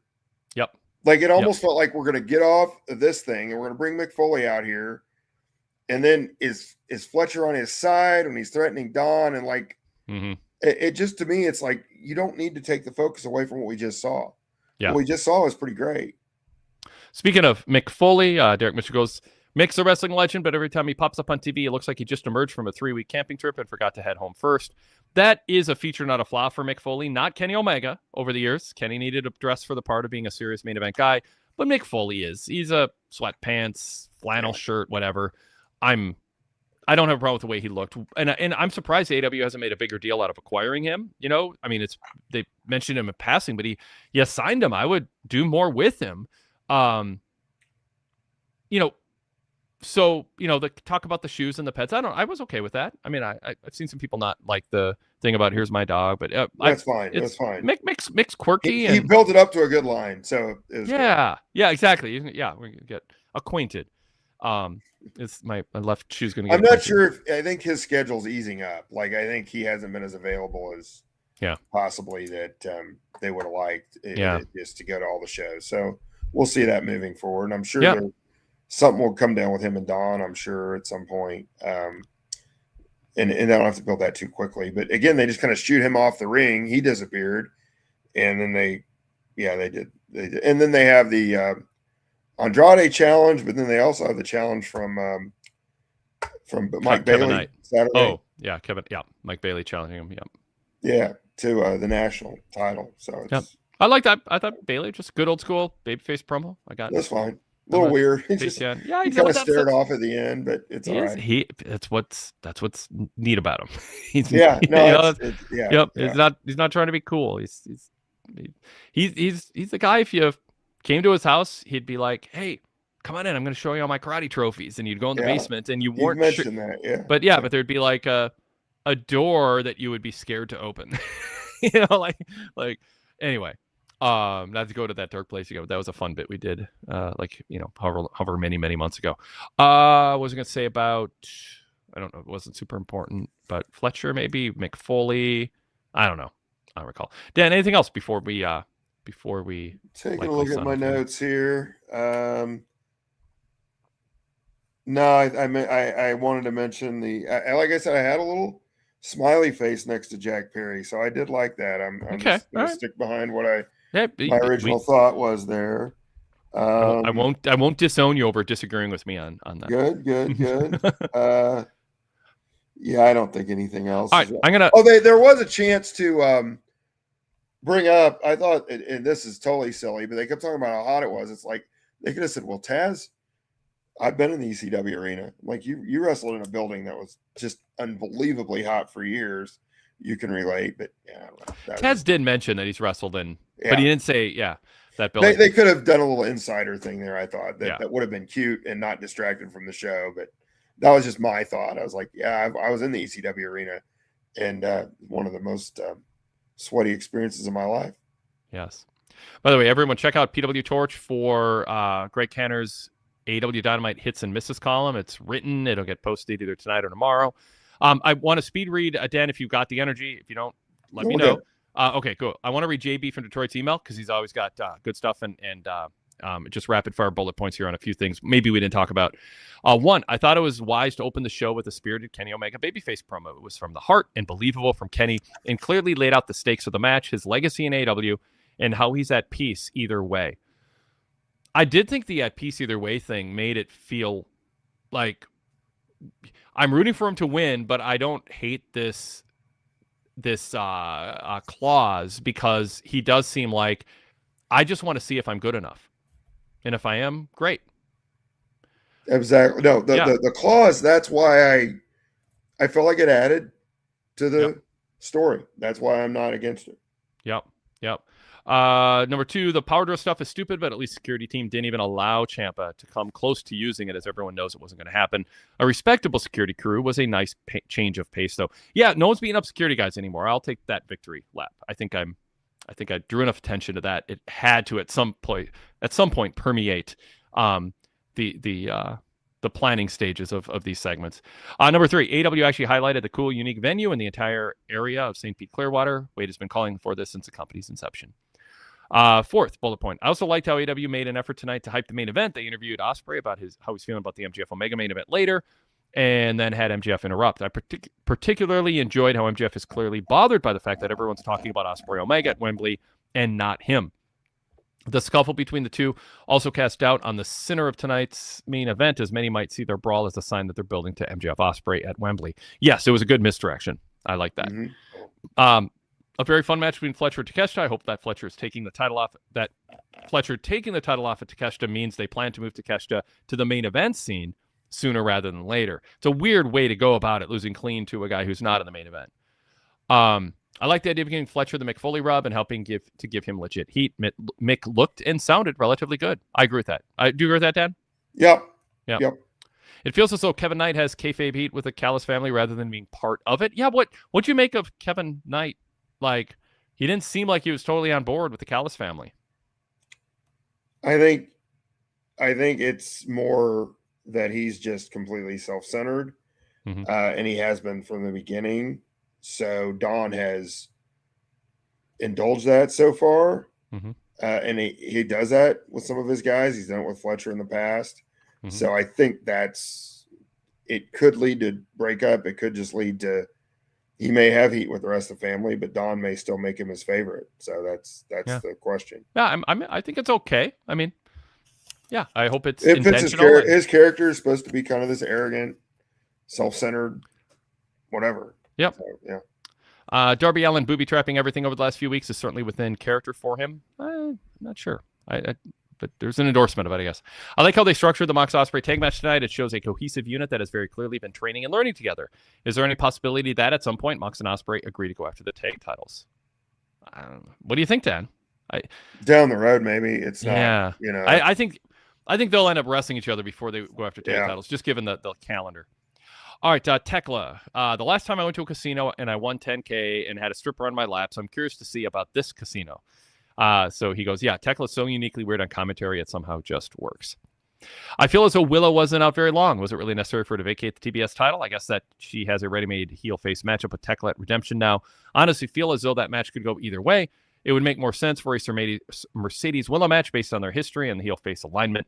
Divine Dominion as Mercedes heavies, or baddies, is an intriguing direction. What do you think of that, Dan? Yeah, they mentioned that. I don't know that the actions in the post-match completely matched what they said, that they were watching her back as she went and jumped Tekla. But yeah, it was a lot. There was a lot. Yeah, going it was on right like they front. rushed Yeah. it. So, but sure, it's fine. I'm not against it. I just, like I said, I wasn't sure they didn't completely tell the story, I guess. Yeah. All right, final couple points here. The Jack Perry video package was really good. I expected him to re-sign with AEW as he doesn't feel like a good fit with WWE. The video made it feel as though Perry would be pursuing the AEW title, which is interesting. Let's relitigate that then. No, I'm kidding. Number 13. They did a great job of callbacks of the history between MJF, Ospreay, and Omega during the main event. I know the multiple finisher kickouts can be polarizing, but when Omega did the Undertaker sit-up after being low-blowed and hit with the title belt, the roof blew off the place. And finally, they did a good job building to the Ospreay-Omega matchup. Will Ospreay leveling the playing field was a very important story beat. Yep. As always, love the show and go VIP. Yeah, like I wrote this in my TV report. I think that the interference didn't taint Kenny's win. No. It showed Ospreay as a stand-up guy that you want to see, that you want to cheer for and root for, and that he wanted to face the best, not the guy who succeeded at cheating. And I think that's a good trait for him to have. Babyfaces presenting cheating there's nothing wrong with that. Yeah. Nothing. And the distraction did not cost MJF the match. MJF trying to cheat and failing to cheat, and then Kenny kicking out of the cheating, then, created a course that led to the finish. But Ospreay did not decide the outcome. He helped make sure the wrestlers in the ring decided the outcome without a weapon. Exactly. Yep. Yeah. Everything worked in that match. Ducky D in the chat, by the way, says Kevin Knight is losing swagger and confidence every week. He needs to find his voice quick. I'm not feeling this Don Callis family segment. Interesting. All right, cool. We'll wrap up there, Dan. Thanks so much. All right. Yeah. Appreciate it, Wade. Good to see you. Show. Yep. Great Thank talking to you. Glad you could make the show tonight. Everybody, we encourage you to go VIP. We'd love to have you. Jason Paul and I did a VIP exclusive after show on the flagship this week. If you don't go VIP, at least search Wade Keller. If you haven't yet, subscribe to the Blue Logo Show. And when you do, check out this week's flagship that dropped on Tuesday night. Jason Paul and I had a lot of topics we covered, and someone in the chat complimented it earlier as a good episode. So check that out. But you get the commercial-free version of our free shows and the VIP exclusive after shows with a VIP membership. PWTorch, VIPinfo.com. Thanks, everybody. We will talk to you all next time.